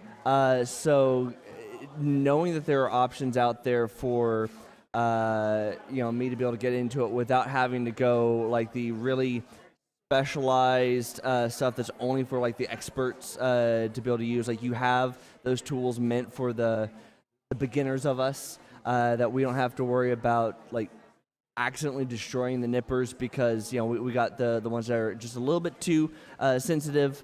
I mean that's really cool. Honestly, that gives me hope that I could actually really get into it without destroying my tools. Yeah. So that's really cool. So how long has Godhand been around as a company? As a brand, it's been 11 years. 11 years? Okay.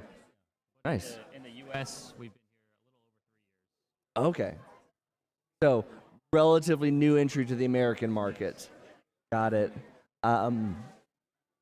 So what's your experience been with the community here in America as far as adopting your tools and really trying to dive into everything you have to offer for the model building community? Has the American market been more like receptive or I guess enthusiastic about everything? Yeah, I would say enthusiastic.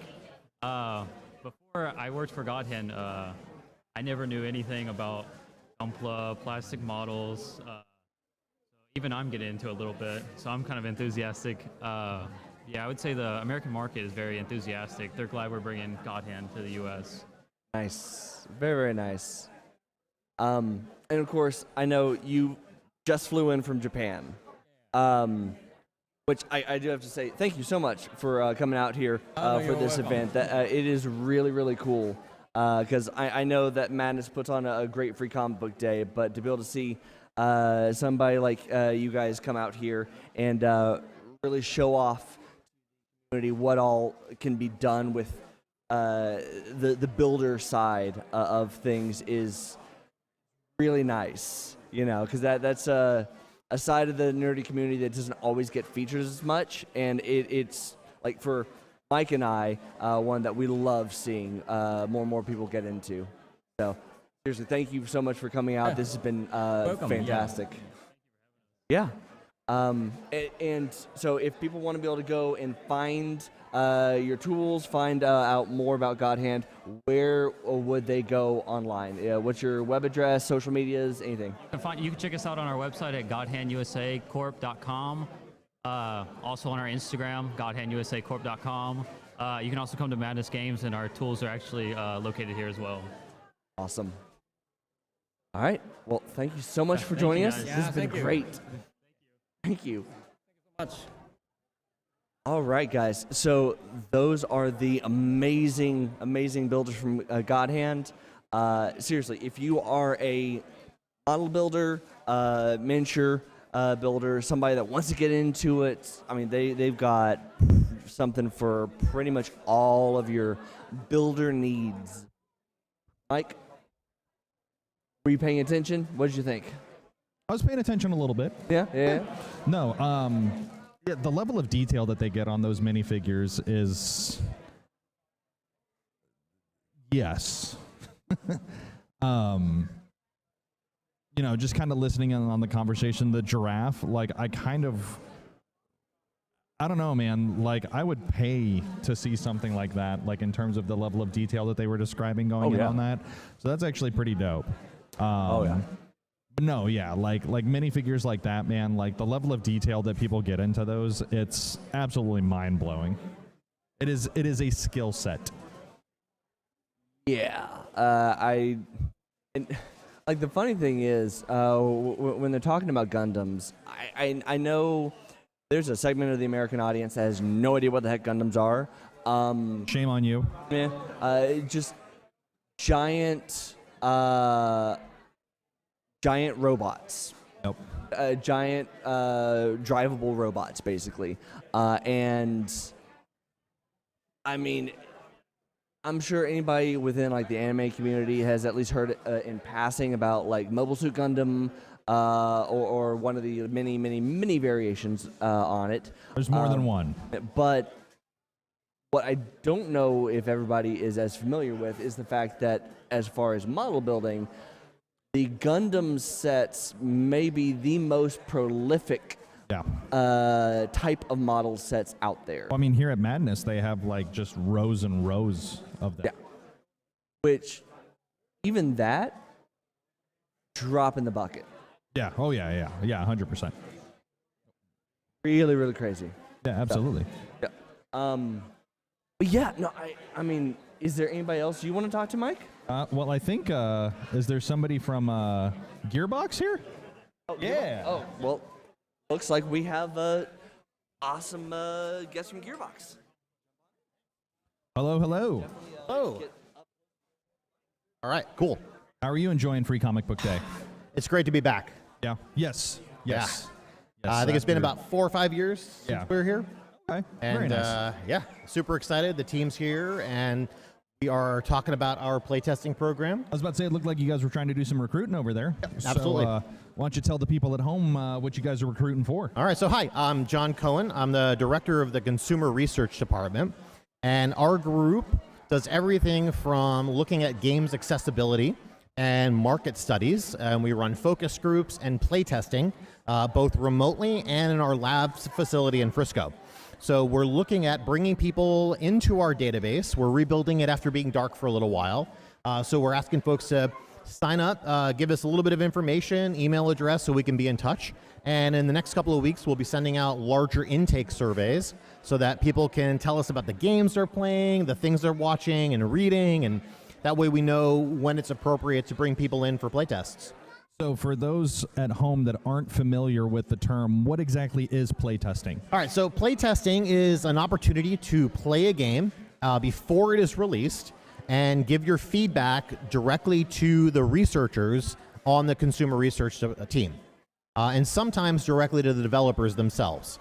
So up at Gearbox, we have a really great lab facility, and people can come in once they've been recruited and invited and screened to look at something as kind of simple as like a menu or a specific game feature, all the way up through playing the entire game and telling us what you think.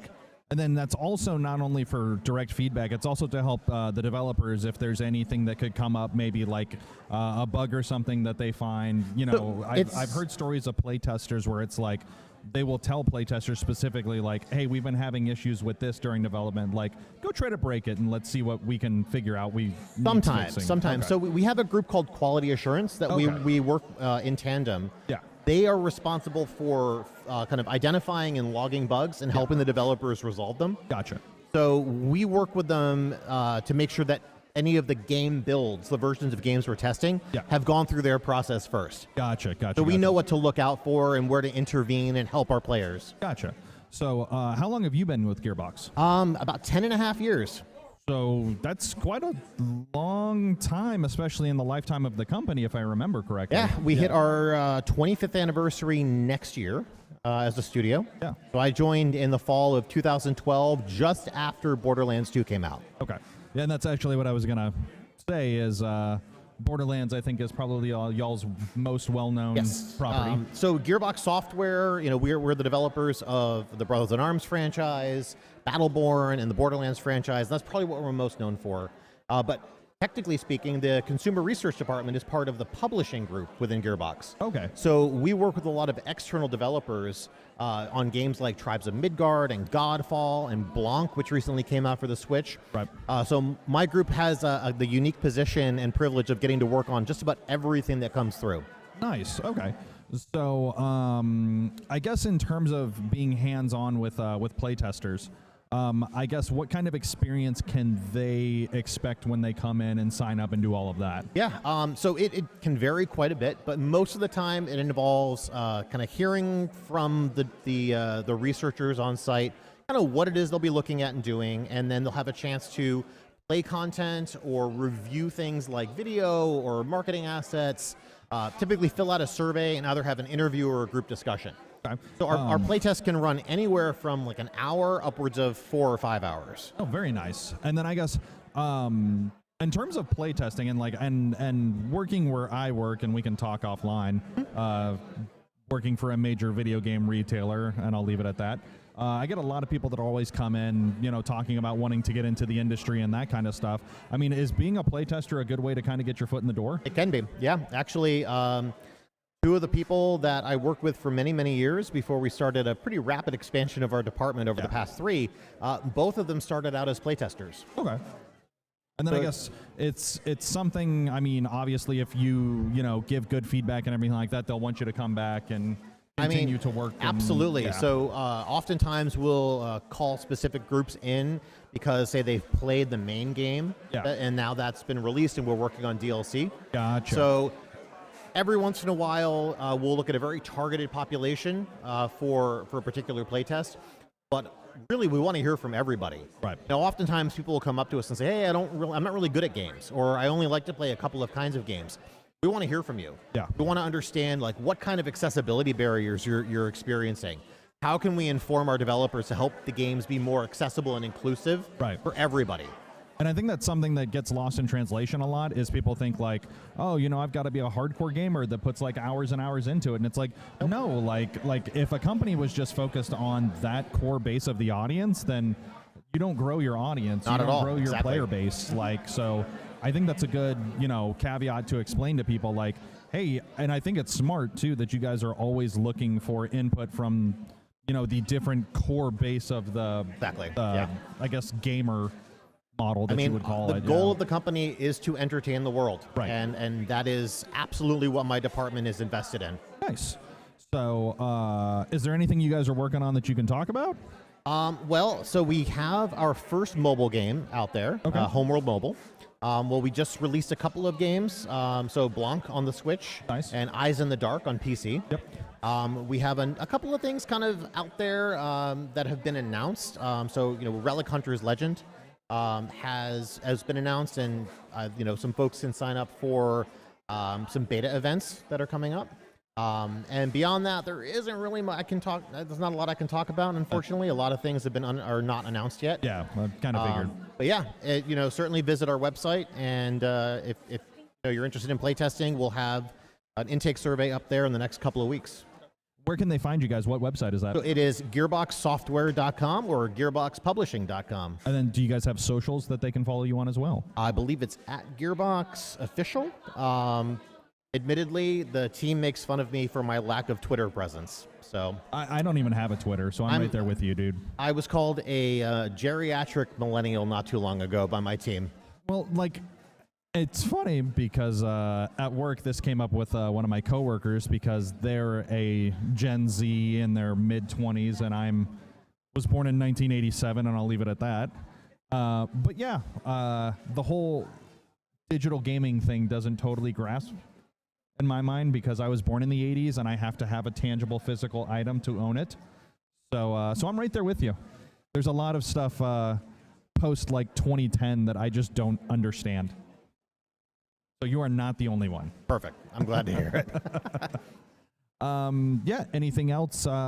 Is there anything that you guys are actively play testing right now that you maybe are specifically out recruiting for today? So we are looking for people who have a variety of gaming interests and experiences. Okay. With releases like Eyes in the Dark and Blanc, we are venturing more and more into games for families and kids. We're more than just Borderlands now, so we encourage people who have younger children to consider signing up so that we can contact them and maybe have them and their children come in to play test. So we're moving in a couple new directions that's really exciting. But of course, for the past couple of years, we've kind of closed our doors a bit given the pandemic. Yep. So we're now reopening for external playtesting, and that's why we're here. We want to drum up the excitement about the program. Very nice. And then, and you can correct me, but Nerdvana, is that you guys as well? So Nerdvana is associated with the studio. It's located on the first floor of our building. Okay, that's because I've been up there a couple times, and I always see Gearbox stuff around and everything like that, and You'll nobody's find us ever there, really yep. explained it to me. So it's great. We love going there. yeah. So if any of you guys know of where that is, I mean that's where they are. So right there, kind of in that Frisco booming metropolis. Yeah. That is that Frisco area around Toyota Stadium and right across from Toyota Stadium. all of that area. Well, yeah, thank you so much for having us. Yeah, no. Or coming talking to us. Happy to. Is there anything else that you would like to relay to the people at home? Come to Free Comic Book Day. Madness is wonderful. I'll tell you a quick story. Very first day that I started at Gearbox, I came here at night, when they were across the street at the old location. I remember the old location. And it was about a half hour before closing. And Chris Metler was walking out the door, saw me as I was entering, and turned to me and said, "Hey, you're new." "Yeah, I just moved here yesterday." And he took me on a tour of the entire store. That's awesome. And if that doesn't tell you what kind of place this is, I don't know what will. Absolutely love this place. Great friends with Logan, Chris Hoberg, Metler. They're wonderful. Yeah, as speaking of somebody that's known about this place for a while now, I remember the old location on the other side of the shopping center. And I remember I used to frequent back when Flashpoint had just hit. Oh, wow. Yeah. That's actually, yes, to age myself. That's actually what got me back into reading. But I mean, the New 52, Flashpoint, Fear Itself, all of that Marvel stuff that was going on at the time, I would walk in on a Saturday after work, come in, hang out with the guys for an hour or two. But I remember walking in one night and they were packing everything up. I was like, "You guys are closing?" They're like, No, we're expanding. Yeah. And anybody that walks in and sees the layout of this store, it is a sight to behold for sure. Unbelievable. Yeah. And I mean, just thinking about what they were in a decade ago to now, it's pretty mind-blowing. Crazy. I had a big team get-together last summer. We have some folks up in Montreal at our Montreal studio. Yeah. And I had everybody come down, and we had workshops and team dinners, and I had everybody come over here just to experience the store for the first time. Yeah. It was great. Do you just see their... Oh, yeah. Mind's blown. Yep, exactly. So, but no, yeah, I would definitely agree. Come out and hang out with us nerds on Free Comic Book. We can call it... You're we're nerd, nerds. right? Oh, yeah, okay. yeah. King nerd cool, over here. Yeah. Oh, yeah. Right. Good. Some people just find it derogatory, and we owned that a long time ago. Okay, all right, yeah. fair. Yes, My philosophy is it doesn't matter what you're nerding out about as long as you've got something to nerd out about. I would agree 100%. I mean, there's sports nerds. There's people that play fantasy baseball and fantasy football. Hell yeah. Last month, I celebrated my 30th anniversary of tabletop gaming. There you go. Yeah. Kind of crazy. I've been gaming since I was 10. 10, 30. Oh, nope, not going to do it. Yeah, I just dated myself. But no, I would agree 100%. Be a nerd. Come hang out with us nerds here at Madness on Free Comic Book Day. Come get some free stuff. Come sign up to be a playtester. Help them make some great games. And yeah, thank you so much again for thanks for having me. Out. Yeah, absolutely. Awesome. Have a good rest of your day. Thank you. You as well. Thank you. What did I do? Cool. I mean, that's cool with me.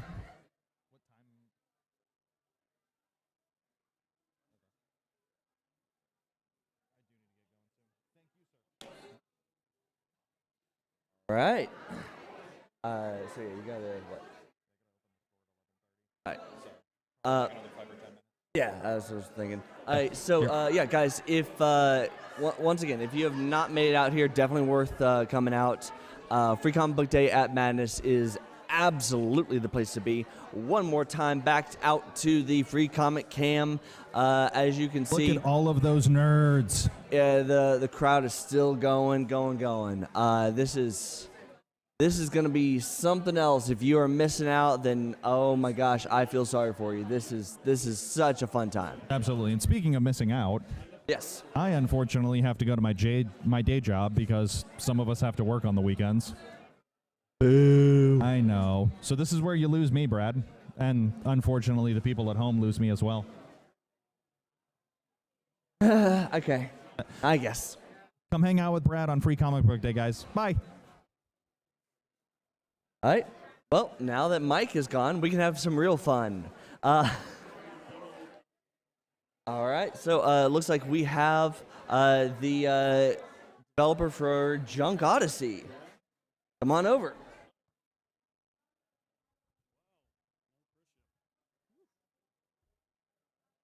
Fine. Oh, you're good. Go for it.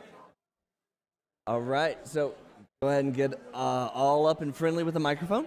Hello.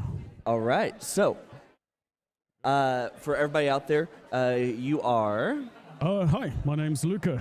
I am the creative game director at Next Rage Studios and one of the developers of our lovely mobile game Junk Odyssey. Okay. And so what is Junk Odyssey exactly? So Junk Odyssey is a free mobile game on iOS and Android where you play an astronaut who essentially travels across to different galaxies, trying to clean them up, recycle and stuff, and avoid getting killed by aliens and all sorts of other hazards.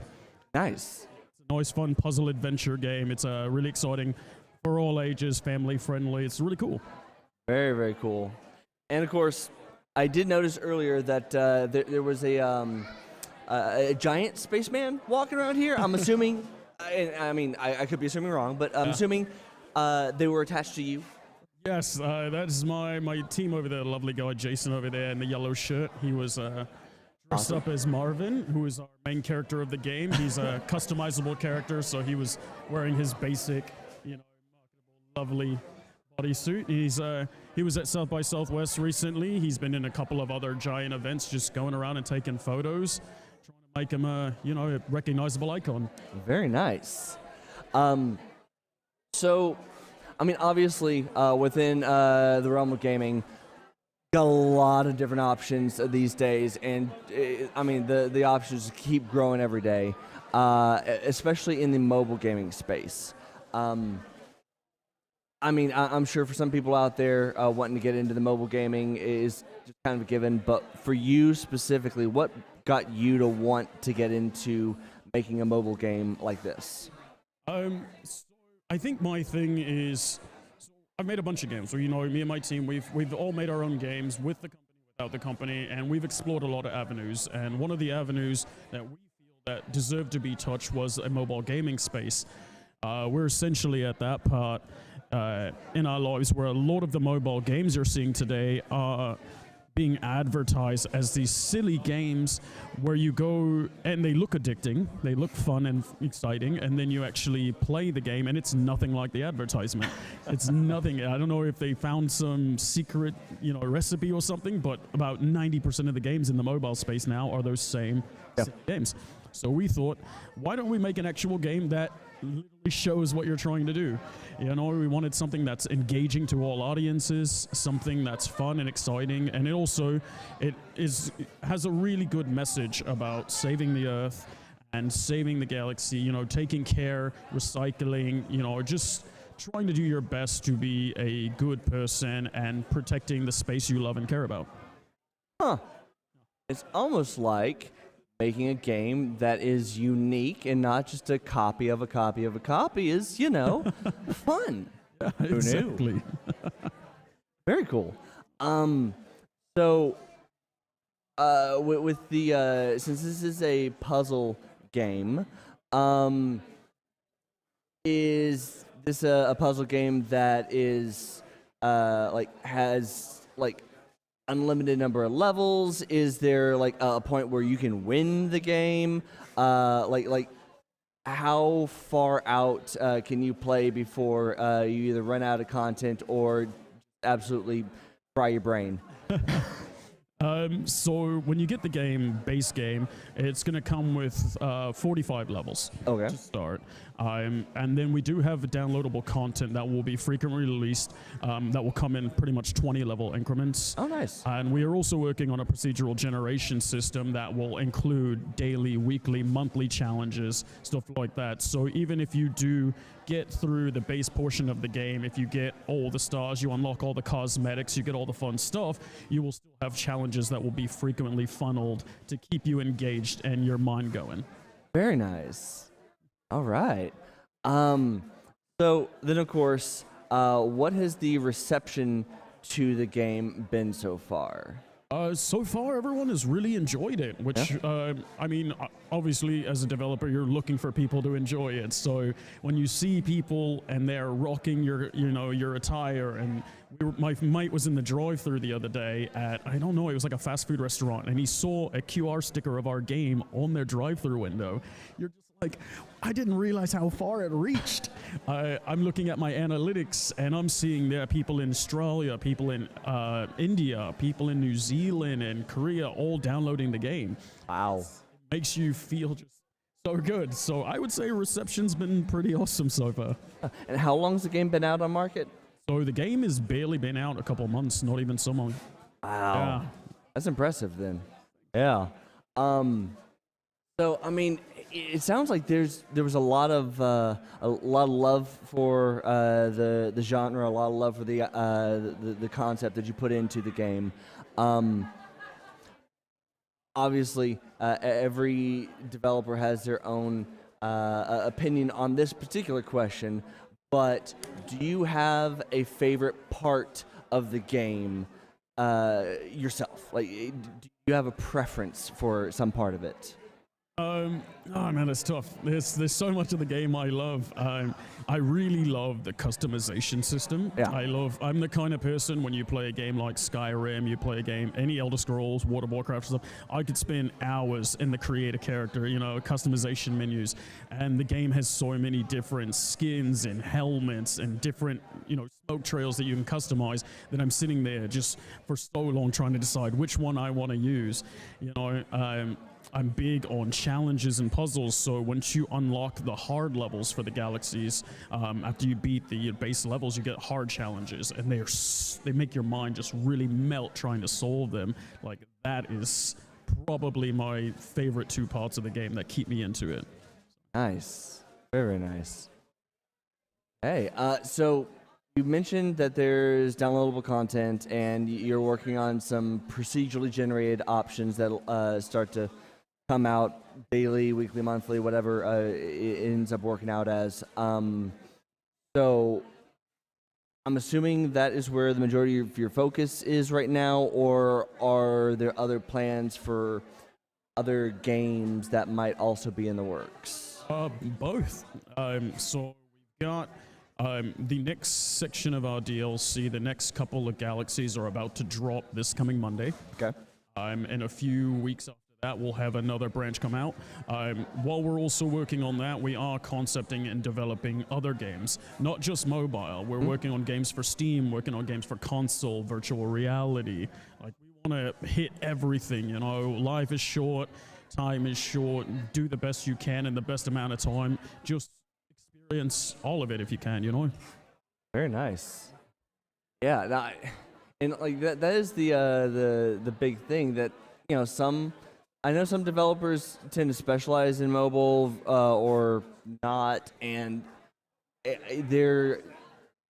I know from the dev side of things, there are some things that translate from mobile to desktop and vice versa, but there's a lot that doesn't. So when you're looking at the games that you are trying to do for Steam and for desktop, how much of a challenge is it to shift over in that direction after starting off with the mobile side? It kind of can go both ways. Yeah. So you can be a console developer or a PC developer, and swapping to mobile, you're going to be like, oh, it's a smaller device, it's a lot easier. But the challenges, the trials and tribulations you have to go through to even make it work on mobile, let alone be able to it and still have it working properly. You have challenges with trying to release it through Google Play and iOS, because they each have their own specific rules and rule sets you have to follow that isn't apparent on Steam and console releases and stuff. So there are challenges going to mobile and then also leaving mobile. You have a bigger audience, you have different people. Some people are more hardcore gamers on the PC side, whereas mobile is your casual audience. So you have to find a way to appease both. And if you have one mindset for one, it might not necessarily be the same mindset you'll need going into the next one. Very nice. Yeah, and that's, from a lot of the devs that we've talked to over the years, that is one of the big issues that always comes up, is trying to really recognize who your demographic is and what they're looking for in a game, so that when you're making it, you are hopefully catering to their particular preferences and call them quirks, or what they consider to be a good game. And I mean, honestly, I don't know if there's anybody out there that's found the perfect answer to that one, but it is always fun to see what each group comes up with as their solution to it. So I'm going to be honest, I haven't actually had a chance to play Junk Odyssey yet, but I am very fascinated just by seeing what it looks like, and I'm definitely gonna be checking it out. So, and of course, for everybody out there, where can they find your game? Where can they find your website, social medias, any updates that you guys are gonna be putting out for whatever? Yeah. So if you're here at Free Comic Book Day, we do have a tent over there or a table where you can get the game. There's QR codes. You can download it for free on Android or iOS. You can check for updates on our social medias, pretty much across all platforms at Junk Odyssey Official. We have a website, www.junkodyssey.com.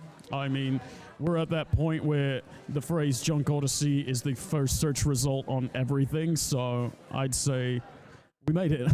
Nice. Very, very nice. So, all right. Well, you heard it. Go check out Junk Odyssey. And if you are a puzzle game fan, let us know in the comments what you think. And, yeah, we will definitely be trying it out ourselves. So thank you so much for joining us. It's been fun. Hi. Okay, guys. So this, once again, going back to the free comic cam, we got still so many people coming. But if you notice, that table with all the free comic books is starting to get thinner and thinner. So if you have not already come out and there is a specific free comic that you're wanting, you may be missing out pretty quickly. So hurry up and come on out, get the comic you're looking for, and if you are lucky, really, really lucky, there'll still be a few issues left for you to grab.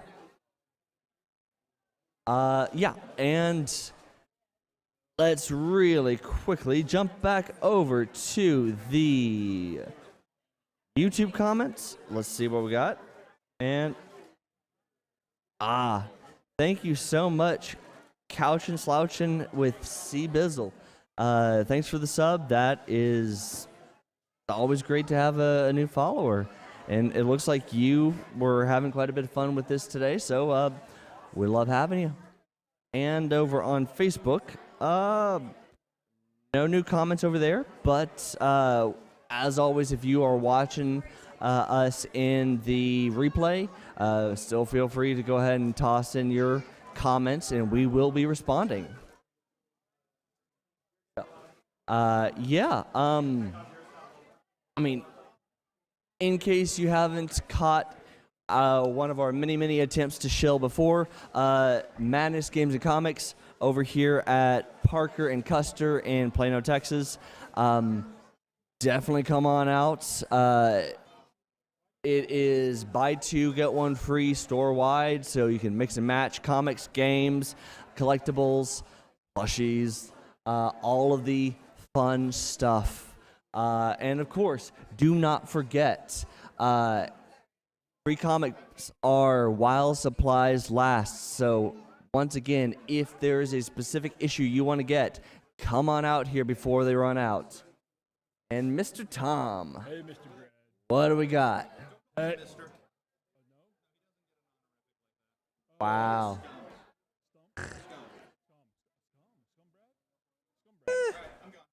Bye.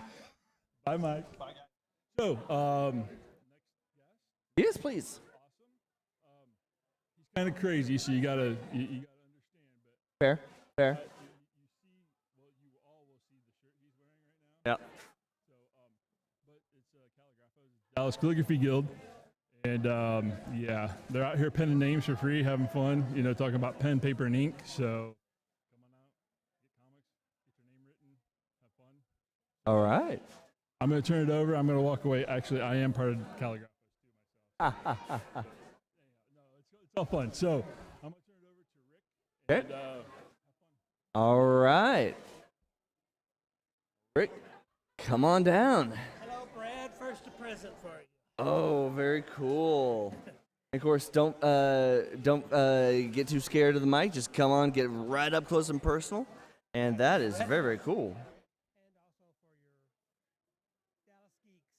Oh I wow. mean, we're in good company here, right? Oh yes. Very nice. We're the Calligraphy Guild. We do all this fancy, pretty writing. All right. We meet once a month, about 10 months out of the year, at the Richardson United Methodist Church. Okay. Very cool. So, I mean, obviously, you got some people out there that are familiar with calligraphy, but not everybody. So, just as a quick starting place for everybody to understand, what is calligraphy and what exactly do you guys do in your group? Fancy writing. You want the pretty letters. But not that cursive stuff. It is some cursive, yes, but cursive in the nice way, not in the fun way, not in the bender way. We have meetings. At these meetings, we have programs where we teach some calligraphy. In real life, I'm a CPA, so that's why I almost said teach accounting. So I right brain, left brain. Yeah. I'm kind of the troublemaker of the group, I will admit. I mean, that kind of gives you good company here. Yeah, I feel right at home. Isn't that sad? and wonderful at the same time. So we've got a table over here where we're pinning names onto bookmarks for anyone who wants them, free, and right now there are 4 of us over there pinning. They're all different styles, and I think everyone will love it if they give it a shot. Nice. So, if somebody is not normally, let's say, artistically inclined, what about calligraphy would get them to want to check you guys out and just try out what you do? We have a lot of members who are not calligraphers. They're just artists. Okay. So they learn a lot of things just from what we present. Yep. Because we'll work with color, we'll work with design, layout. There we go. Am I slipping a little? So we have a little bit of everything, something for everybody, I believe. Sweet. Okay. Now, for when you guys get together in your meetings, is there, you guys get together just to like discuss the work that you guys have been doing in your off time? Do you get together to work on new projects together, share techniques or ideas? What exactly do you guys do in your group? Okay. Well, the first part of the meeting, we meet about at 9:30. For the first 30 minutes is just social time to catch up with each other. And we usually have between 35 to 50 people at each meeting. Okay. And then we'll have a short business meeting, get all that stuff out of the way, the stuff that we have to do to stay a 501c3. Sure. And then we'll have a program. And we have, sometimes we'll have guests come in to present, say, how to write pointed pen or uncial or some of these hands. You would call them fonts if you're on the computer, but for a calligrapher, it's a hand. Okay. Handwritten. So we'll teach that, and we also have a show and tell where you bring in anything that you've done at home. You can get recommendations for how to fix problems or just show off.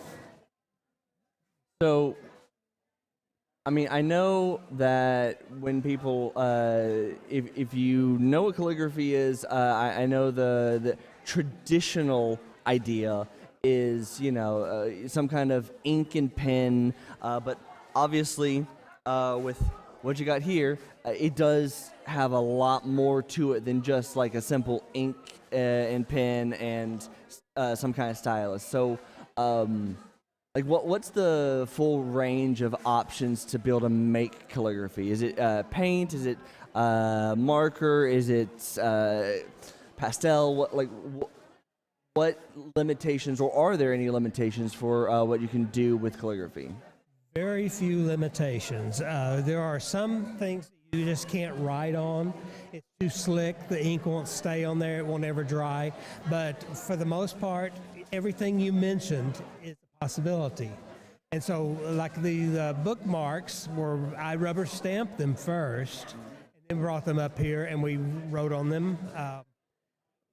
So we will frequently combine different media, different techniques, all into one finished piece. A finished piece is frequently called a broadside, and they can be anywhere from this, small to Sure. Tom and I collaborated on two very large pieces, and we would trade back and forth. I would take it 1 month and do my thing to it, then give it to him, and he would do his, and then back and forth until we finally had a finished product that we showed in a show, an art show. That actually brings up an interesting question. So, I mean, I would assume that a typical calligraphy project would be something relatively simple, like that you'd be able to do in one go. But it sounds like these can get very complex and take time to be able to get through. So what's the most complicated or time-consuming thing that you've seen or done? By far, the most complicated is the joint project I did with Tom. Yeah. It took us several months back and forth to finish. And, we'd do it a little at a time, and then of course you have drying time. You paint something on and let it dry, and then work on it some more. And layering. I'm a big fan of layering. Multiple layers. So how do you layer with calligraphy? Mostly the layering is in the backgrounds of what you write on. Now you can overwrite yourself and do it just a little bit off and make you think that it's almost 3D, makes you think you need new glasses kind of thing, and that's a lot of fun. Or to take a bold alphabet and write it, and then write on top of that with a cursive. Okay. The same word maybe in a different color. Okay.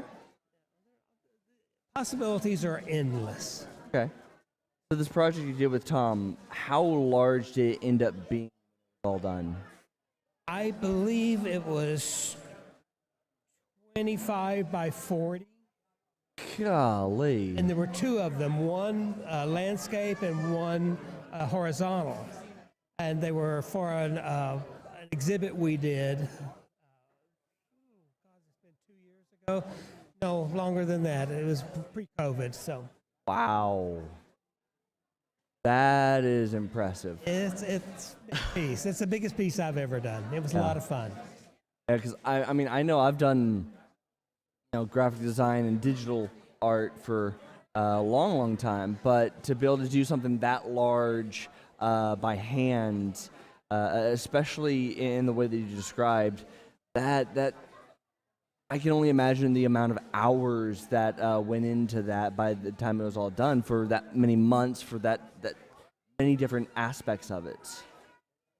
And one of the interesting things about this is what Tom and I challenged each other. Yeah. He would come up with something really cool, and I think I can do better. And, and slap something on there, and then he'd say, I can top that. And he always did, So was it on canvas? Was it paper? What was it?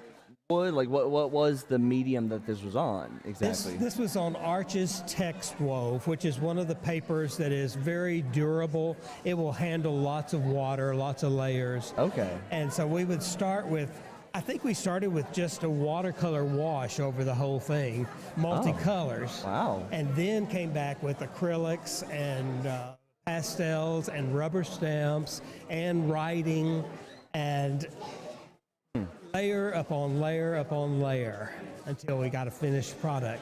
Okay. We didn't know what we were doing when we started, but we liked what we had when we finished. Okay. So I know, like with rubber stamps, there is I know that you have the ability with like stamping to be able to go in and like custom engrave stamps, and there's a very dedicated group of artists out there that will absolutely do that type of thing. With calligraphy, is there a similar kind of like custom made tool or custom made thing that you can use for calligraphy that is like for the more advanced practitioners out there? Like, do you have some equivalent of like that custom engraved stamp? Yes. We will frequently make our own pens, make them out of old Coke cans, especially the older ones, which were a lighter, thinner aluminum than they are now. Okay. We would cut it out and make a folded pen, which makes a wonderful mark on the paper. It splatters the ink beautifully, adds some character, some background to it. We also can make a great pen from a goose quill. Okay. Slice the end of it off and dip it in the ink and start writing. So when you say custom pen, like are you talking like just the tip that would go on to a pre-made inkwell, or like actually just like the full thing that you dip into ink like a quill? The ones that I made were just the Coke can was cut out and attached to a pencil, and then you dip it into the ink and make your marks on the paper. There are alphabets or hands that are designed specifically for that kind of writing. So are there any limitations to the types of things you can use to make custom pens or writing utensils? Not that I'm aware of. I've seen them made from plastic, from wood. Balsa wood is a great tool. Oh. Just dip it in your ink and start writing. And I don't know of any limitations off the top of my head. Really? Okay. I mean, with art of any kind, I mean, you always get the really creative people out there that will just come up with like the most off the wall thing to be able to make their new picture, their new sculpture, their new whatever. And I mean, it sounds like there's a lot of almost unlimited options for just how you can go about making your own calligraphy and making it like personalized to you and your style. Exactly. I'm a bit of a rebel on that end, a little bit of an outlier. I will try to stretch from traditional calligraphy into something more artistic. Okay. I started out making rubber stamps, and I thought, okay, I did my carved them my own, and I've carved probably close to 100 different alphabets and given them all away. Yeah.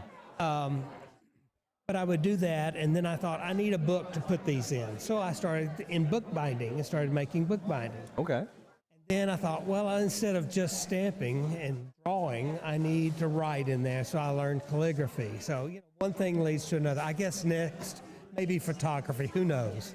Yeah. I mean, it does seem like this is a very easy rabbit hole to go down, that once you start, it just dives into so many other places that you can expand to. You start and you want the bookbinding, you expand, you want to try a little bit of this or that to be able to work on backgrounds for it, and it seems like it can snowball really, really fast. Yes, it can, very quickly, and it can become a money sucker too. You put lots of money into this. The beautiful thing about our guild is how sharing everyone is. I don't know any artist that would share as much as these people do. They'll tell you anything you want to know. How did you do that? And in detail, they'll tell you. No secrets. I mean, that's kind of what I like about any kind of creative group or creative guild, is that it does give you the ability to get together with other people that do the type of things that you do, to share ideas, to share tips and tricks and techniques, and be able to have that resource, so that you don't just have to kind of be afraid to, well, I'm not really sure how to do this, and I don't know who to go to. Maybe if I Google it, maybe not. I don't know how weird or niche my question is. So, it's really nice to be able to have groups like that to be able to go to see, talk to somebody in person and find out what they've been trying and see if that kind of helps answer your question and, kind of build on it together. Absolutely. A support group and an inspiration group rolled into one. So for the viewers out there, if they want to be able to check out your group to be able to see any of the stuff you guys have out there for website, social media, thing like that, where can they find you? We are at Kaligrafos.com. Kaligrafos.com as our website, and you can find out where we meet. Next Saturday is our last meeting of this season. We'll start again in the fall. Awesome. We'd love to have some people come out and visit with us and see what we're up against. Fantastic. You heard it. If you guys are interested in trying it out or just seeing what all is out there, see if it's going to interest you, definitely go check it out. All right. Thank you so much. Thank you. Good to see you. All right. So let's go ahead and jump right back over to the free comic cam. And yes, the comic line has expanded yet again. So like I keep saying, if you have not made it out here and there's a specific comic you want to get from the free comic selection, get out here now. You might not get the issue you're looking for, and well, oops. Otherwise, you're just missing out on all the fun. Madness Games and Comics, Plano, Texas. Amazing place. Definitely a fun place to be able to come and check out all the nerdy goodness. And of course, the big thing here, as their big sale of the year, it's buy two, get one free of anything and everything in the store. Mix and match, comics, games, collectibles, plushies. You. Definitely you. Yes. I mean, who wouldn't want to take you home? And of course, make some great friends along the way. How you? No, definitely not. No, definitely didn't have Bobby over here like as soon as the doors opened, bombarding us the second we're going live. No, definitely. Oh my gosh. No, it is a great time, great place, a lot of cool people to come out and see. And once again, everybody that you could possibly want to meet, all the nerdy friends that you need to have, come on out here. You'll find them here. So yeah, please come on out. And of course, one last time to do a little bit of self-shilling. If you have not already, please don't forget to like the video and subscribe over on YouTube and hit that notification bell so that you know every time that we go live, post new videos of our interviews or other fun stuff that we decide to do today. And if you are checking us out over on Facebook, don't forget to like the video and follow us over there. We always go live there when we are over on YouTube as well, so you can find us either place. And if you want to be able to check more of our content here on Dallas Geek Out, but don't have time for the videos, you can always get the audio of all of our lives, interviews, and other things on Apple Podcast, Spotify, iHeartRadio, Google Podcast, and Stitcher, because we are all the places all the time just for you. So with that, guys, thank you so very much for joining us today. Before I lose my voice, I'm going to go ahead and say thank you once again for joining us online and here in store in person. It has been a blast, and from one more free comic book day, we're looking forward to doing many, many more. Thank you so much. As always, I'm Brad. Mike is gone now, so, you know, bad, but we are Dallas Geek, and as always, we are your source for all the latest nerdy news and geek culture. So until next time, thank you so much, and see ya.